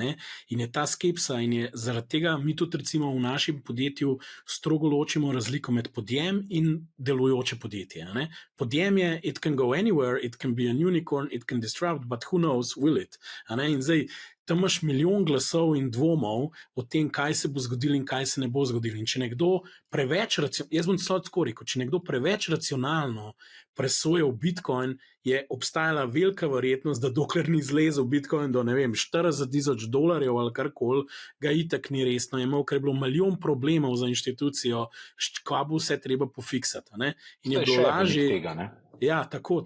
In pa še pol smo zdaj videli, da zdaj eno veliko čiščenje trga po FTX-u se dogaja, ki so naredili prostor zdaj za velike igralce, da naprej te tračence gradijo. Tako da veliko stvari, mogoče, tako bom rekel, tisti, ki so bili not, so na srečo takrat pač šli noter in na srečo od tega profitirali. Jaz jim vsem čisto super prvoščam, je pa res, da pač vsem se mi zdi, da veliko ljudi še zmeraj ne razume volatilnosti tega, kaj je v zadju trga, da to je še vsem trg, ki ni toliko institucionaliziran in pač to moraš razumeti in moraš to sprejeti. Ampak bolj simpel je govoriti, kupite kaj tok, pa to se je zgodilo, pa vse živimo naprej in pa smo spet na unmu nivoju, kaj en neki prodaja. In bolj je težava, da ljudje dostikrat lovijo lasten rep, ki zraste in jih pač ubrijajo, čisto po domač povedano. Tako da še najboljše skozi prišel, kaj držal, je hodlal in je čim manj poslušal levo, desno in kupil real stuff. Če karkoli je bila lekcija, je to, če držiš inštrument, imej direktno fizično posest inštrumenta, če se le da, in imej to na varnem mestu. Pika. Po domač povedano. To je tako, ali za delnico, ali za Bitcoin, ali za neki drugega, kakorkoli. Tako, čim manj ljudi vmes, ki filozofirajo, če res v neki verjameš. Pa klej se je tudi izkazalo, tudi če si mehno stavo naredil, ne vem, par procentov v to v končni fazi, polk se je to seštel, ti donosi je itak to ratal bigger than your portfolio, ne vem, 100,000 times. Tako da tudi te stvari se lahko zgodijo. Ni kontra logiki, da ne daš not čez vse, ker tam je lahko tudi problem, ker te ven izplune prej. Tako da v bistvu so se vsa načela potrdila tudi na tem kejsu, kakorkoli ga obračaš nazaj. A gremo mogoče naprej s temi komentarji od naših poslušalcev oziroma članov Discord skupnosti. Ful je bilo teh nekih komentarjev v smislu, da so vložili v podjetje prijatelja, da so posodili prijatelju denar, da so verjeli prijatelju, se pravi, skozi se omenja nekega prijatelja. A lahko mogoče se še enkrat pokomentiramo to, ko govorimo s prijatelji o raznih naložbenih nasvetih, je treba konec koncev, če se pač upoštevati, verjetno treba neke svoje lastne cilje, lastno nagnjenost k tveganju. Zdaj prijatelj mogoče nima istih preferenc kot mi, ampak mogoče zna dobro prodajati v navednicah, je zelo prepričljiv. In potem lahko podležemo.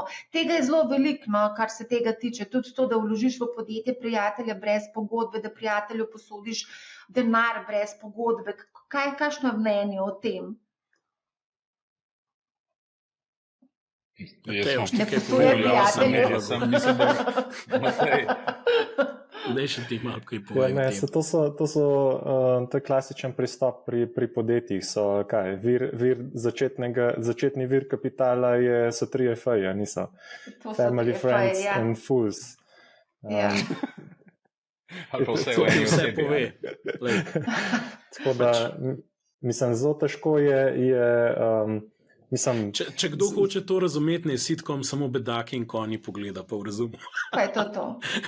Skozi neki hondlata, pa nečima ne rata, pa skozi dar pokurta, pa neki novega se spomenta in neki nabavta, zdaj pa bo.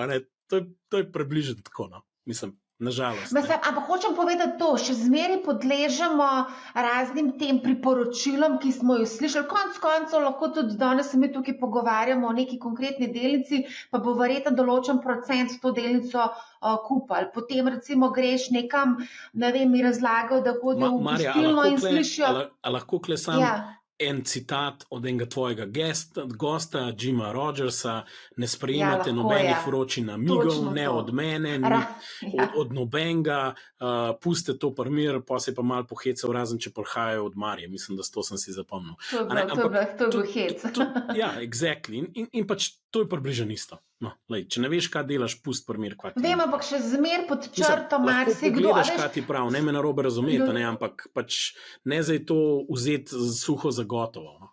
Tudi konec koncev v našem temu community, pa ne samo našemu na Discordu, tudi kjerkoli druge se ljudje med seboj pogovarjajo o raznih naložbenih priložnosti. Konec koncev nas tudi tukaj sprašujejo konkretno za neke komentar, za nekih naložbenih. Sorry, jaz imam tukaj ful veliko razliko. Ne? Eno je, da ti prosto debatiraš o različnih naložbenih priložnostih. Ne?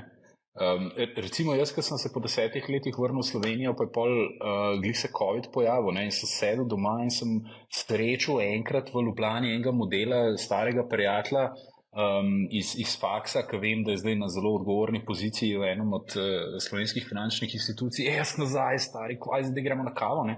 In tako kava se ni zgodila, ne. In sem jaz razmišljal, fakt, zdaj, kaj COVID se nekaj zadelati, kaj če bi par fantov zbobnil v eno tako neformalno grupo, da se enkrat na nekaj časa malo pomenimo o financah, ne. In pač debatiramo, ne. In imamo neko WhatsApp grupo, včasih gremo kaj požrt, včasih gremo se fajn dobro imeti in debatiramo pač, ne. Ampak to je zame čist nekaj drugega, kot to, da greš ti en prijateljski odnos, kakršen koli že bo, in tukaj vemo, je kar ene nijanse, obremenjevati, pa ne če to glih prava beseda, ampak zagotovo kot denar ali pa posojilo, odnos, ki ga posojilo absolutno nekako v popolnoma druge tirnice da, kot da greš v bistvu na nek način ta odnos postaviti pod neko kocko. Torej, eno so neke čist proste debate nekih ljudi, ki se ukvarjajo z borzo in kaj vzameš, kaj ne vzameš, Drugo je pa, stari, poznava se srednje šole, ful imam dobro priložnost, mi daš 10 jurjev. Ta del je zame ful bolj sporen, zaradi tega, ker je takoj neka čustvena komponenta zraven. Takoj kdo lahko pritisne na nekoga, tole imamo, bogatela bova. In tukaj moj nasvet, tako absolutno se ne v taka razmerja spuščati, je pa seveda odvisno, koliko je to dobro prijateljstvo in ali ta znesek lahko takoj odpišeš. In če ga takoj odpišeš, ali boš lahko živel s tem, da seveda pod predpostavko, da želiš prijateljski odnos nadaljevati, da je ta človek vzel 10 ali pa x jurjev, jih verjetno zagonil s kakšnimi odločitvami, ki bojo v retrospektivi itak izgledale čudne, in boš s tem lahko preživel in še vedno normalen odnos imel s tem človekom. Malo je takih ljudi. Veš, ko pa je tukaj še familija, ki se mora za Božič gledati, Isuse Bože, run away from that. Mislim, jaz sem tudi prav presenečena, zdaj, ko berem, bil sem nategnen strani kolega v propadli MLM schemi, investiral prek kolega na lepe oči in brez, da bi naredil svoje raziskave, brez kakršnih koli dokazil. Startups kolegi, posojilo denarja kolegom, mislim, tega je res fulno. Jaz sem res presenečena, da v bistvu kar takole malo posojamo na lepe oči prijatelju denar, brez kakršnih koli pogodb. Meni se to zdi tako, mislim, vse ste best prijatelji, ampak družine razpadajo zaradi par 100 evrov, prijateljstvo pa še hitreje verjetno, Tako da ja, to sem pač želela vseeno izpostaviti, glede na to, da pač je toliko tega, in sem presenečena dejansko, A bo še kdo karkoli na to temo povedal, preden gremo naprej? Tako kot pri vseh stvarih, moraš narediti domačo nalogo. Pa če ne razumeš, kakšen biznis posojaš denar, s čim je lahko zavarovan, če ne moreš oceniti tveganja, tako kot je Toni rekel, pač tega denarja ne boš dobil nazaj. In velja enak pravil kot za vse ostalo, pa če je verjetno za izgubo 90 do 100%, potem temu primerno znesek namen za to.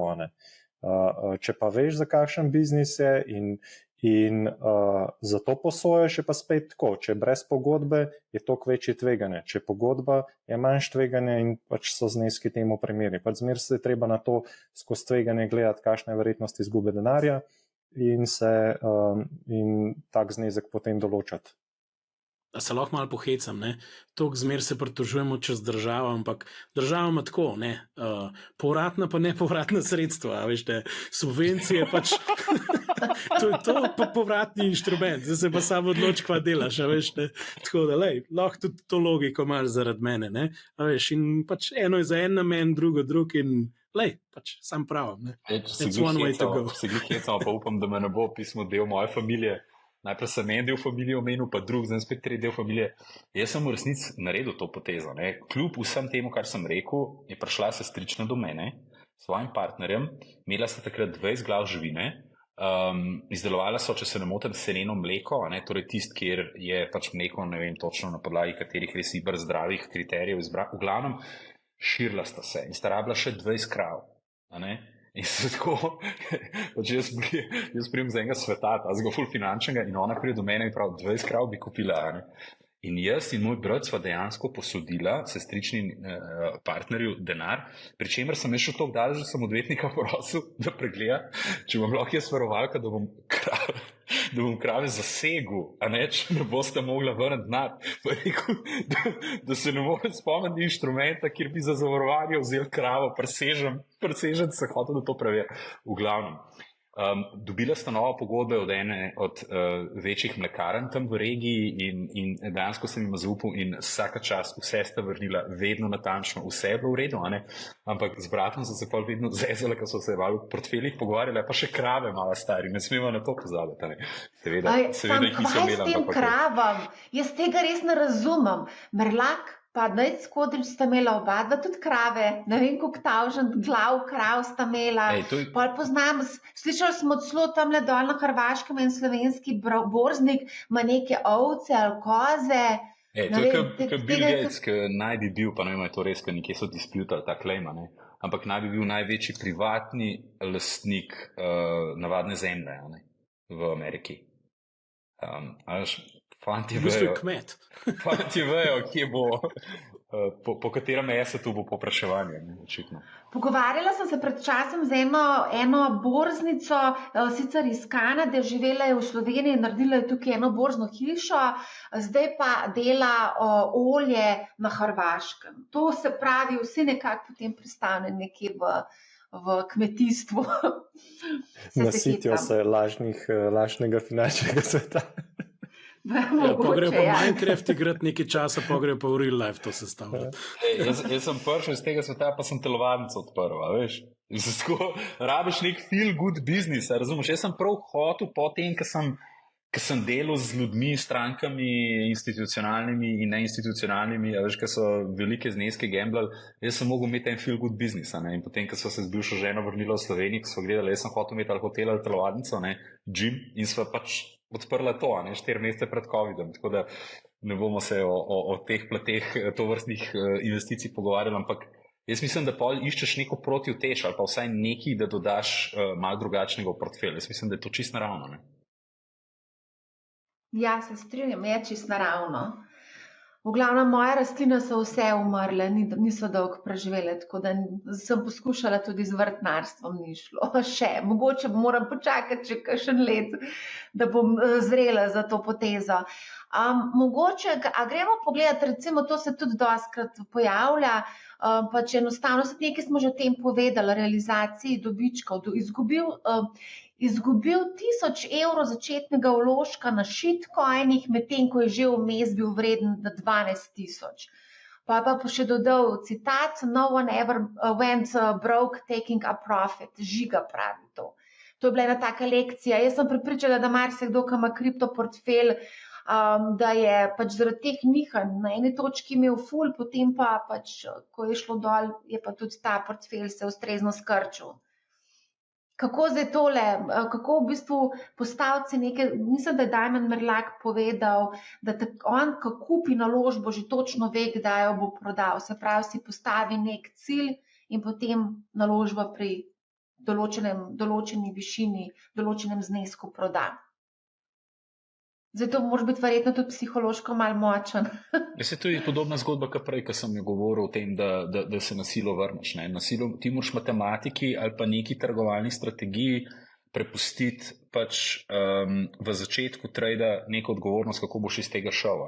In ali imaš trailing stop, je bil eden od primerov, drugo pa je enostavno, da rečeš, 1/3 prodam pri tej ceni, 2/3 pri tej, 3/3 bom pa pustil, pa bom, ne, tako, če se emotivno odločaš v času, ko si v poziciji, pa nimaš neke exit strategije, ne, velikokrat lahko pride do tega, da si dosegel vrh, misliš, da vse v redu, novice takrat bojo itak govorile o tem, kako bo vrednost tega aseta še potrojena do naslednjih binkošti, ne.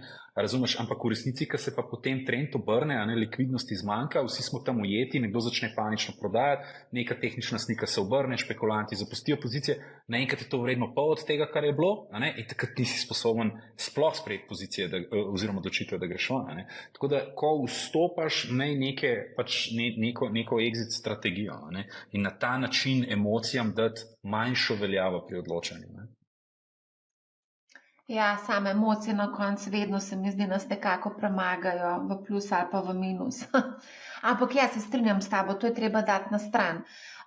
Sam to bi povezal, kar je Andraž prej rekel. On je rekel, da koliko težko je biti dober trader. Jaz čisto vsakmu, ko se malo s tem ukvarja, pa slučajno naletim, jaz rečem, to je najtežji poklic na svetu, to je najtežja stvar na svetu.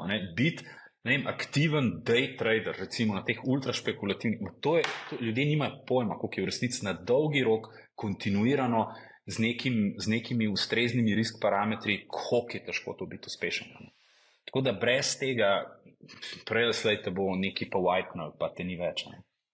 Jaz bi še dodal, večji zneski so težji in težji in težji in težji in težji je. To je tudi ena stvar, ki folk misel, ne vem, ok, dajmo reči, da noter, ne vem, 5 jurjev, whatever, se mu zgodi nekaj, pride na 50, leveragira, pride na 100 in reče, wow, zdaj sem pa jaz car, sem pa jaz to razvalil, na sreden trade 2 pa sem na $500,000 in gremo naprej. Kaj enkrat v tej zgodbi noter se ne zaveda več, da je bil že toliko srečen, da je zunga naredil, da he's pushing the envelope in se mi zdi, da tega se ljudje ne zavedajo. Višji greš, težje je. To je kot unikarov let, se mi zdi, na eni točki. Rekel, jaz poznam zgodbe, ker je nekdo cel life tudi gradil podjetje, recimo, ampak ga je izpostavil mogoče za 1 mesec ranljivosti in ga je pokopal. Tega se folk, ki povali, tudi ne zaveda, da lahko je zmer za naslednjim ovinkom nek dogodek, kjer bo risk preteral in točno takrat te bo trg dobil. Tako da da je bod malo skromen, malo da je v kontekst, kam si prišel in nek normalen development.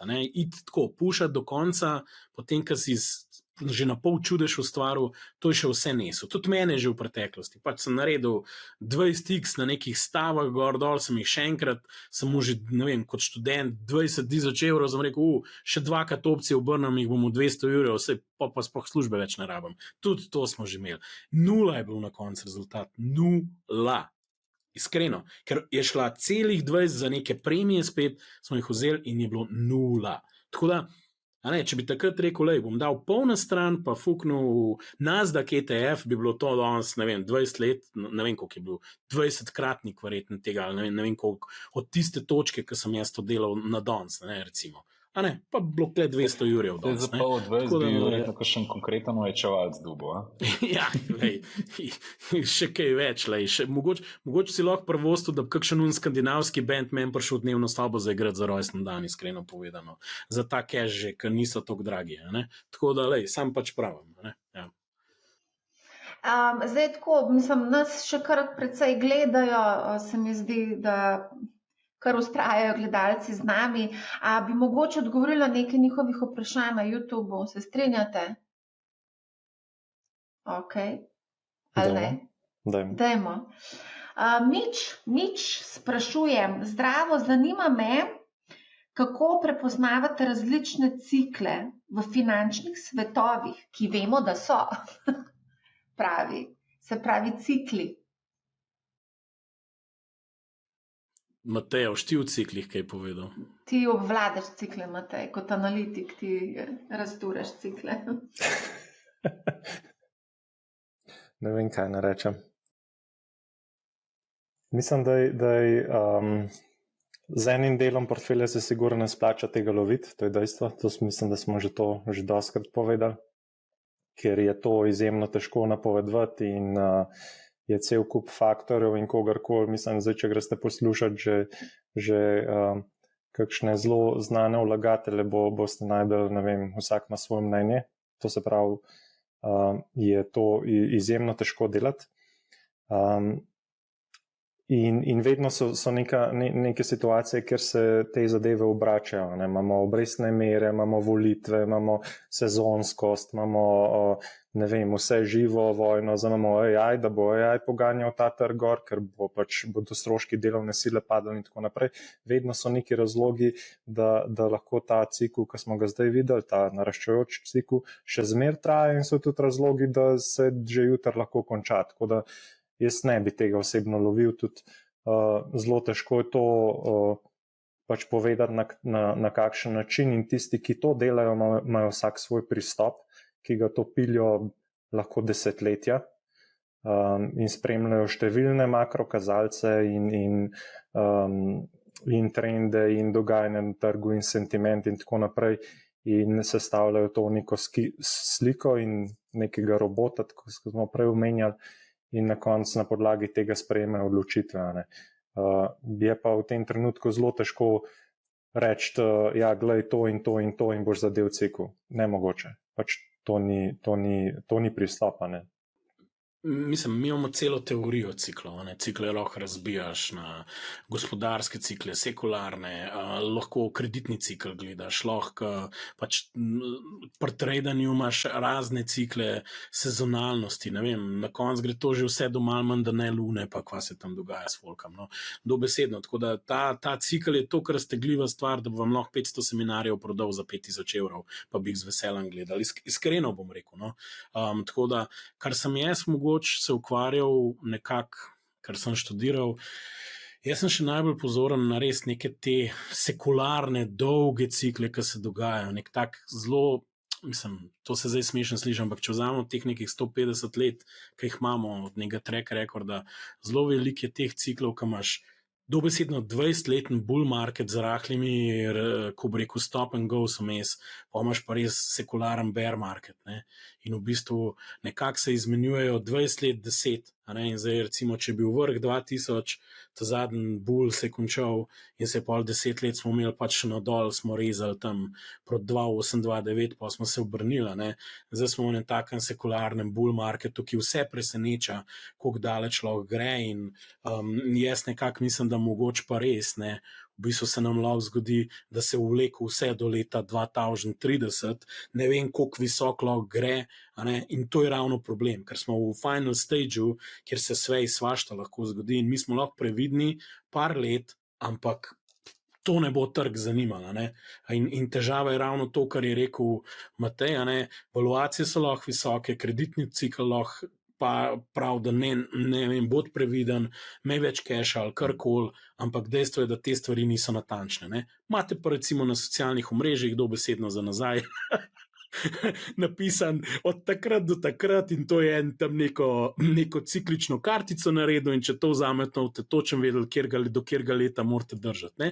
In po nekem absurdu, mogoče bomo res do 2030 šli gor in motor recikliran in bom jaz najbolj Nostradamusovsko izpadel. Zdaj, če pa to na odkomu, pa itak vsi pozabili, k sem ben s tem nahvalil. In tako približan je s temi cikli. Pač, ni tako simpel, mogoče na nek dolgi rok pač dobiš neke povprečne donose in jih s tem time averagingom ven izluščaš, če imaš pa specifične stave, moraš pa narediti domačo nalogo in moraš vedeti in jih postaviti v kontekst. In pač to je pa spet rata težko, če hočeš na neke cikle igrati, moraš vedeti, kjer cikl, kjer delnice jo funkcionirale takrat, celo teorijo razviti in to ne par let početi, zato da v to mogoče funkcioniralo. Lahko boš pa ugotovil, da ne funkcionira in hopefully si takrat mu varovalko, da še kam drugam denar dajo, ne sam se igral z njim. In mislim, da tako dejansko jaz to dojemam. Tudi profi, capital allocators, hedge fundi imajo blazne težave z cikli, ker morajo denar alocirati na 3 do 5 let in kao neki outperformati. Mislim, to je all over the place, tale performance zdaj. Zdaj pa, how do you do it? Ne vem, think pink. Jaz se zmer hecam z našimi analisti. Nekaj vprašanje tukaj še vezano na naložbena zavarovanja. To ne vem, če bi sploh komentirala, glede na to, da mogoče bi to včasih nek hype okrog tega. Vem, da so celo zavarovanja ponujali v baby centru za otroke, naložbene življenjske police. Sem bila pa zelo besna, ko sem zvedla, da so razna riziko življenjska zavarovanja, da se to še danes dogaja, da se to ponuja 75 let starim ljudem. To mi je pa totalna katastrofa. Riziko življenjsko zavarovanje je predvsem namenjeno tistim, ki imajo otroke, ki imajo neke kredite, starejši človek, ki ne potrebuje riziko življenjskega zavarovanja. Ker pač nihče ni odvisen od njihovih prihodkov, vsaj načeloma ne. V glavnem, jaz bi to kar preskočila. Mogoče zdaj tukaj še eno vprašanje prišlo, pa glede na to, da je kar aktualno, glede na tudi ljudsko obveznico oziroma obveznico za državljane, ki jo je izdalo država, vlada, 3,4% na letni ravni prinaša za 3-letno obdobje. Tukaj je eno vprašanje, kako gledate na Ljubljansko borzo? Matej, to je pa tvoje področje, ti spremljaš slovenske blue chipe. Včasih sem, zdaj ne več. Ne, zdaj konc, Jaz se bom vzdržal komentarja, ker mi itak že nalog za deložacijo ven iz države grozi, glede na vse moje kritike, tako da mraj tih, ker me vklele kdo pričakal za ovinka, ne. Tako da ena borzna hiša je dobesedno na vogalu klele. Pa ne samo borzna, še Ljubljanska borza. Ja, na en stran imam borzo, na drug imam pa pač borzno hišo, ki zale luči gorijo pa ne gorijo, zdaj, ki že to kura. A lahko mimogrede še pogledaš, koliko je kaj obiska, glede na to, da je v tej borzni hiši bilo napovedano, da bodo delali od jutra do večera, celo med vikendi. Ja, bom pogledal, ko bom šel domov in bom pogledal, mislim, da do 7 sam delajo, tako da bom jutri. Ja, si zamudil vlak, pa drugi. Nažalost. Matej? Glede vrednoten, ne vem, res iskreno nisem gledal, kakšne so vrednotene na slovenski borzi, ampak kar se tiče te obveznice, pa pač vsaka dejavnost je dobrodošla najbrž na tej točki. Je pa tako, kot že velikrat smo ponovili, domača borza je bolj kot ne nek občutek, da so nam stvari blizu, da jih poznamo in ne smemo pozabiti na to, da so naložbene priložnosti precej širše, da je nabor industrij in tudi prihodnji razvoj podjetij v tujini lahko precej drugačen. Ne smemo pozabiti na to, da so te trgi zdaj zelo lahko dostopni in da je smiselno, da saj del premoženja diverzificiramo in ne gledamo pač samo domače borze. Vse pa zmer splača pogledati, tako kot vse druge trge, priložnosti se zmer pojavljajo.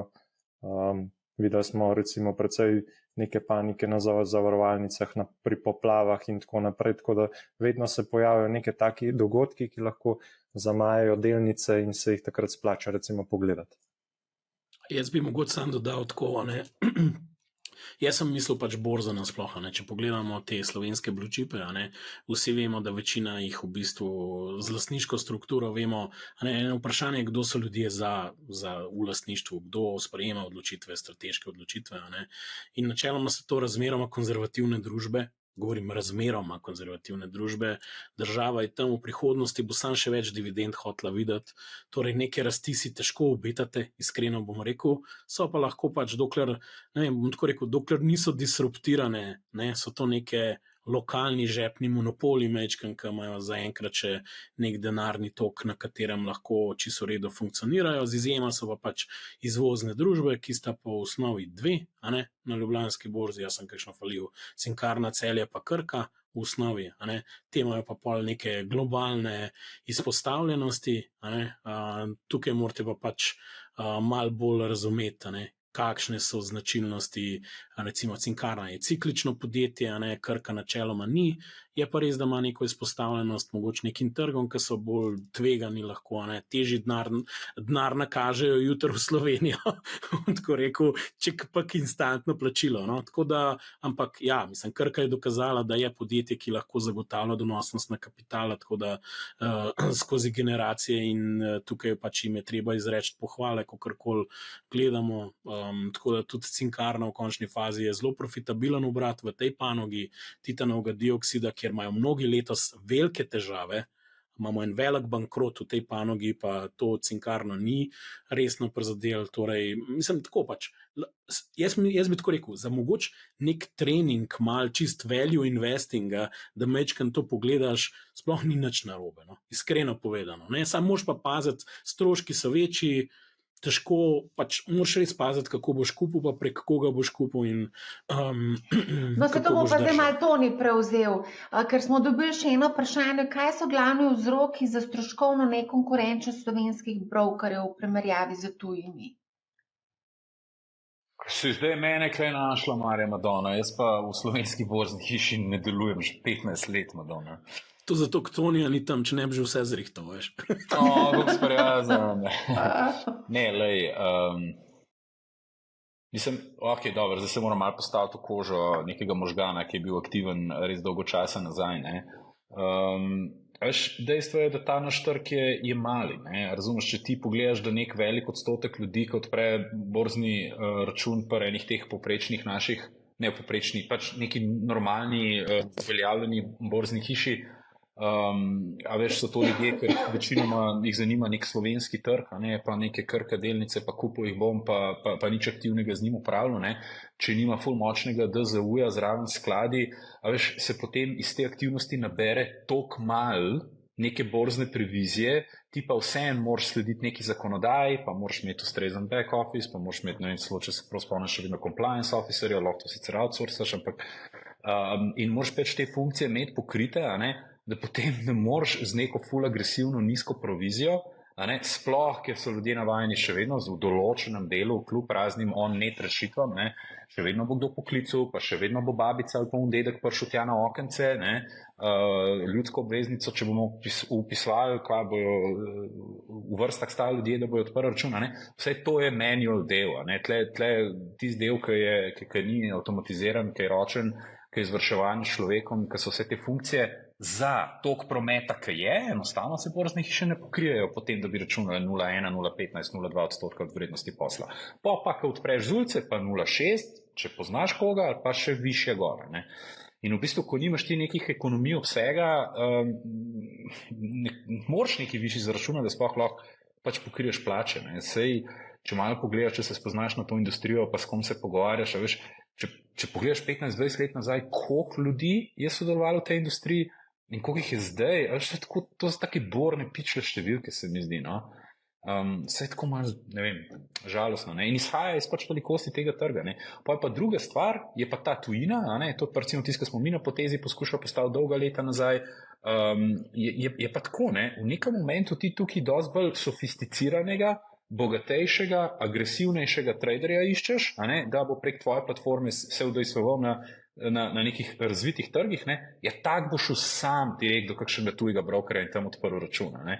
Težko mu dodaš neko dodano vrednost, da boš tukaj full volume delu, da boš pokril iz tujine pač stroške, ki jih imaš za celotno operacijo, no. Jaz mislim, da so to glavni razlogi, zakaj v bistvu pol tako karkoli narediti full drago pri nas. Mogoče imam jaz tukaj vse en pogled, ki bi ga mogoče malo delil, ne. Jaz mislim, da določene velike inštitucije nikoli niso sprejele svoje odgovornost za razvoj kapitalskega trga. To je moje mnenje, ne. To, da je kapitalski trg odvisen od ekonomike na standalone osnovi, ne borzne bajte in neodvisnih borznih hiš, ne. Hkrati pa tulaš, kaj rabiš vse kot recimo direktor neke velike inštitucije, ki v letos 500 milijarde dobička naredila, ne, je oprostite, izjemno smešno. Zato, ker če imaš ti blended model, kjer ti rečeš, bom omogočil svojim klientom dostop v končni fazi tudi rekel, z nekim subvencioniranim načinom, ker itak od njih poberem na drugi strani toliko več, bi lahko v bistvu sprejel, rekel, neko odgovornost za to. Ali pa bom drugače rekel, tudi način, kako clearing poteka v Sloveniji, bi lahko zastavili drugače. Marsikaj bi se dal narediti. Tako da jaz, če ti rečeš, cel razvoj bo temeljil na eni ljubljanski borzi, pa 2 neodvisnih borznih hišah in ti predsednik uprave največje banke reče, mi nismo investicijska banka, kaj se ga pa greste, bomo sam posojali nek denar, ne? Hkrati mi pa ECB 150 milijonov ravno kar skeširala za Visto na račun, ne? In vse na računa za državljansko obveznico, 15-20 evrov za odpiranje računa, ne? To je meni tako, ok, zdaj imamo pa polna usta ESG-ov, pa ne vem česa še vsega. Ne?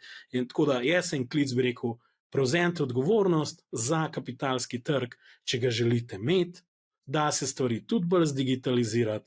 Če pa mislite, da država mora kaj dati, se pejte pa še kaj pogovarjati, pa naredite razpis za subvencioniranje trgovalnih računov, če imamo oprostite za vsak sranje, že zdaj razpis in se nepovratna sredstva delijo, da ni jutra, ne sutra, v čem že v načrtu za okrevanje in razvoj, po bog si ga vedi čim. Se sploh ne vem več, a koroni, ali poplavah, ali neki drugimi traumatični izkušnji. Ne? Tako da, to je neki stvar tudi neke volje in odgovornosti. Če pa se zanaša sam na to, kar je Toni rekel, da bo ena skupina manjša, neodvisna preživela sam iz tega ven, si pa že v osnovi obupal, ka veš, kakšen bo outcome, ka samo model daš, pa compoundaš, pa se nekje zaključ. To nima terminalne vrednosti v kakršnem koli poslovnem modelu. In pač tako je.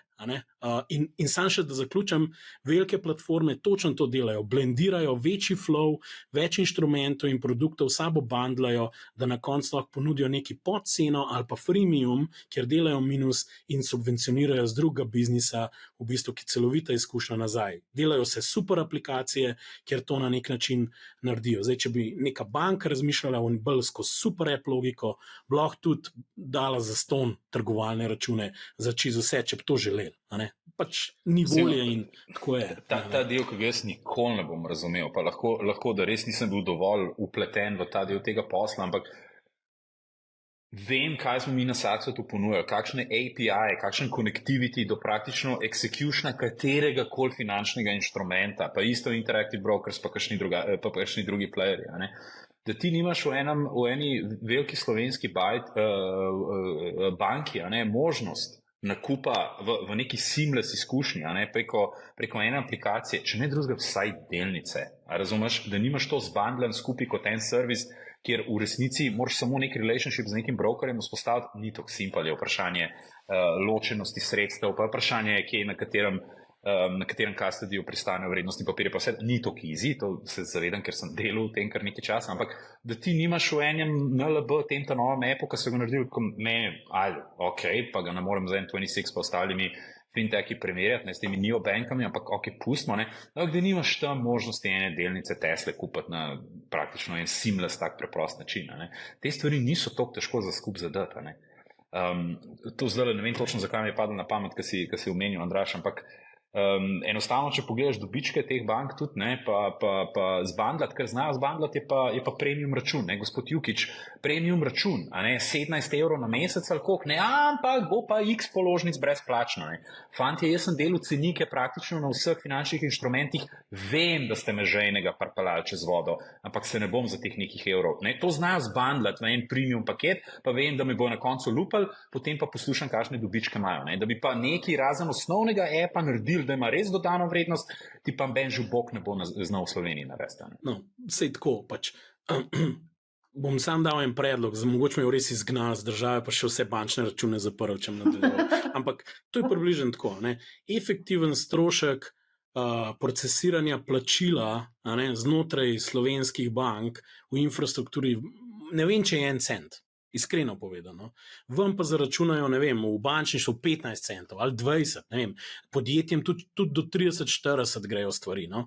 Mislim, vzem tam 3 cente, pa odpri v njih bogih 10,000 trgovalnih računov. Ok, jaz smo zmenen, to je to. Še zmer boš zaslužil, ne vem, 20 centov, namest 18 ali koliko, mislim, namest 20 jih boš 18 zaslužil. ker tega flowa in boš mu pokrit to iz tega ven. Ne? To so pa une provizije, ki jih tam gledamo. Ne? In zdaj tako, če hočeš, se vse da in nič se ne opoznali. To so tako absurdno majhne cifre, unih 15 evrov za odpiranje računa, a gremo obdožiti, a gremo res obdožiti, pa to z dobičkom banke primerjamo, a bomo šli tako delati, da bomo rešili kapitalski trg. A veš, mislim, to je meni smešno. Marja, lahko še malo porentam. Jaz sem pa mislila glih zaključati. Ne, samo če to že hudiča sem spustil steklenice. Zdaj si hudiča vam spustil. A veš, tako, pač sem komitent največje slovenske banke, se ne bo jezni, če jih malo konstruktivno pokritiziram. Pazi to, tam sem 25 pa 30 let, že nešteto različnih osebnih bančnikov sem imel, in imam kredit pri njih, in imam svojo plačo, in imam svoje podjetje in vse, ampak jaz sem se slučajno, zdaj sem se odločil, da skočam Donketa gledati, grem na tekmo, rabim dolarje, razumeš, osebno bančnico križam, nobene dvigne telefona, pišem, rabim dolarje, pridvigam, vse bi nekaj gotovine rad imel, nikjer, grem na Tavčarjevi, pridem noter, 10 ljudi v vrsti, 2 človeka delata na NLB-ju. In zdaj od mene ali pa od kjerekoli druge stranke se pričakuje, da je pa popolnoma normalno, da bom 37 minut svojega dragocenega časa porabil v vrsti, ker delata samo 2 človeka in sem prišel ob 11 in sem prišel ob 10:30. In ne morem priti praktično do ene najbolj osnovne storitve. Če pa že pridem, bom pa 30 minut tam mogel zabiti, ampak njim je to normalno. Na telefon ne bo noben dvignil, na mail se mi ne bojo javili. In vseeno bojo pa pokasirali. Koliko bo zdaj pokasirali profita? 150, 200 milijonov? Od česa? 223. Kakšne rezultate ima NLB? 500 milijarde bo dobička. Jezus, Isuse Bože. Zaradi tega, ker samo ampak ne bo, vsaka stranka bo pol ure porabila svojega časa, da boš plačal položnico ali pa da boš dvignil eno tujo valuto. Grozljivo. Ja, pač se pravim, tako da lej. Meni je grozen to, da ti niti na mail ne odpiše. Grozen je to, da kličeš, pa da se nihče ne jav. Meni je grozen to, da me kliče iz nekatere druge banke, da ne pridem fizično v poslovalnico, zato da zaprem račun. Sem rekla, ne bom prišla. Ne bom hodila sred službe, a pa so se celo dopust vzela zato, da pridem zapreti račun na banki, ki pač noče sploh imeti tam računa. Ne bom, to je treba nadaljavo vse urediti. Mogoče zadnja stvar. Jaz sem to kritičen, ker vseeno ohranjam upanje, da bom s tem mojim kritiko kaj dosegel in da se bo kdo zamislil. Hočem v bistvu boljše, ker če bi obupal, ne bi več pizdil, bi rekel. Andraž, zdaj sem probaš doseči, da te ne bodo deportirali iz države, veš? Ja, sej vem, to je un disclaimer, veš, rad imam to državo, rad imam NLB. Marja, zaključ, preden bomo pili sprl, pa preden nas odpela v čudne teme. Andraž pa teroristi, to je to, veš, zakon proti pranju denarja in terorizmu proti Andražem in podobnim subjektom je sam še dopolnjeni zraven, in to je to. Jutro boš dobil vprašanjik, stari, 27 strani. Bitcoin moram kupiti, ali kva že toče. Tle so se glih ljudje zdaj prebudili, nam pošiljajo srčke, pa vse živo. Tako da ne vem. Slovenska navada, so mali treba pokurcati, pa smo vsi zbojeni. Zdaj smo pa najjači. To je to. Mene lulat, a lahko nehate, pravi Srečo. Srečo, evo, samo za tebe. Da boš lahko šel na stranišče. Bomo zaključili ta live. Hvala vsem, da ste bili danes z nami. Hvala tudi vsem vam, da ste si vzeli čas 1:45 smo debatirali, da ne bom omenjala naše pred vklopom debate. Skratka, Toni, Matej, Andraž, najlepša hvala, da ste bili z nami. Hvala za povabilo, Marja, lepo se imejte. Hvala tudi vsem, hvala za poslušanje. Hvala tudi vsem, da ste bili z nami danes na tem liveu. Poslušajte Money How, ne bo vam žal in lep pozdrav.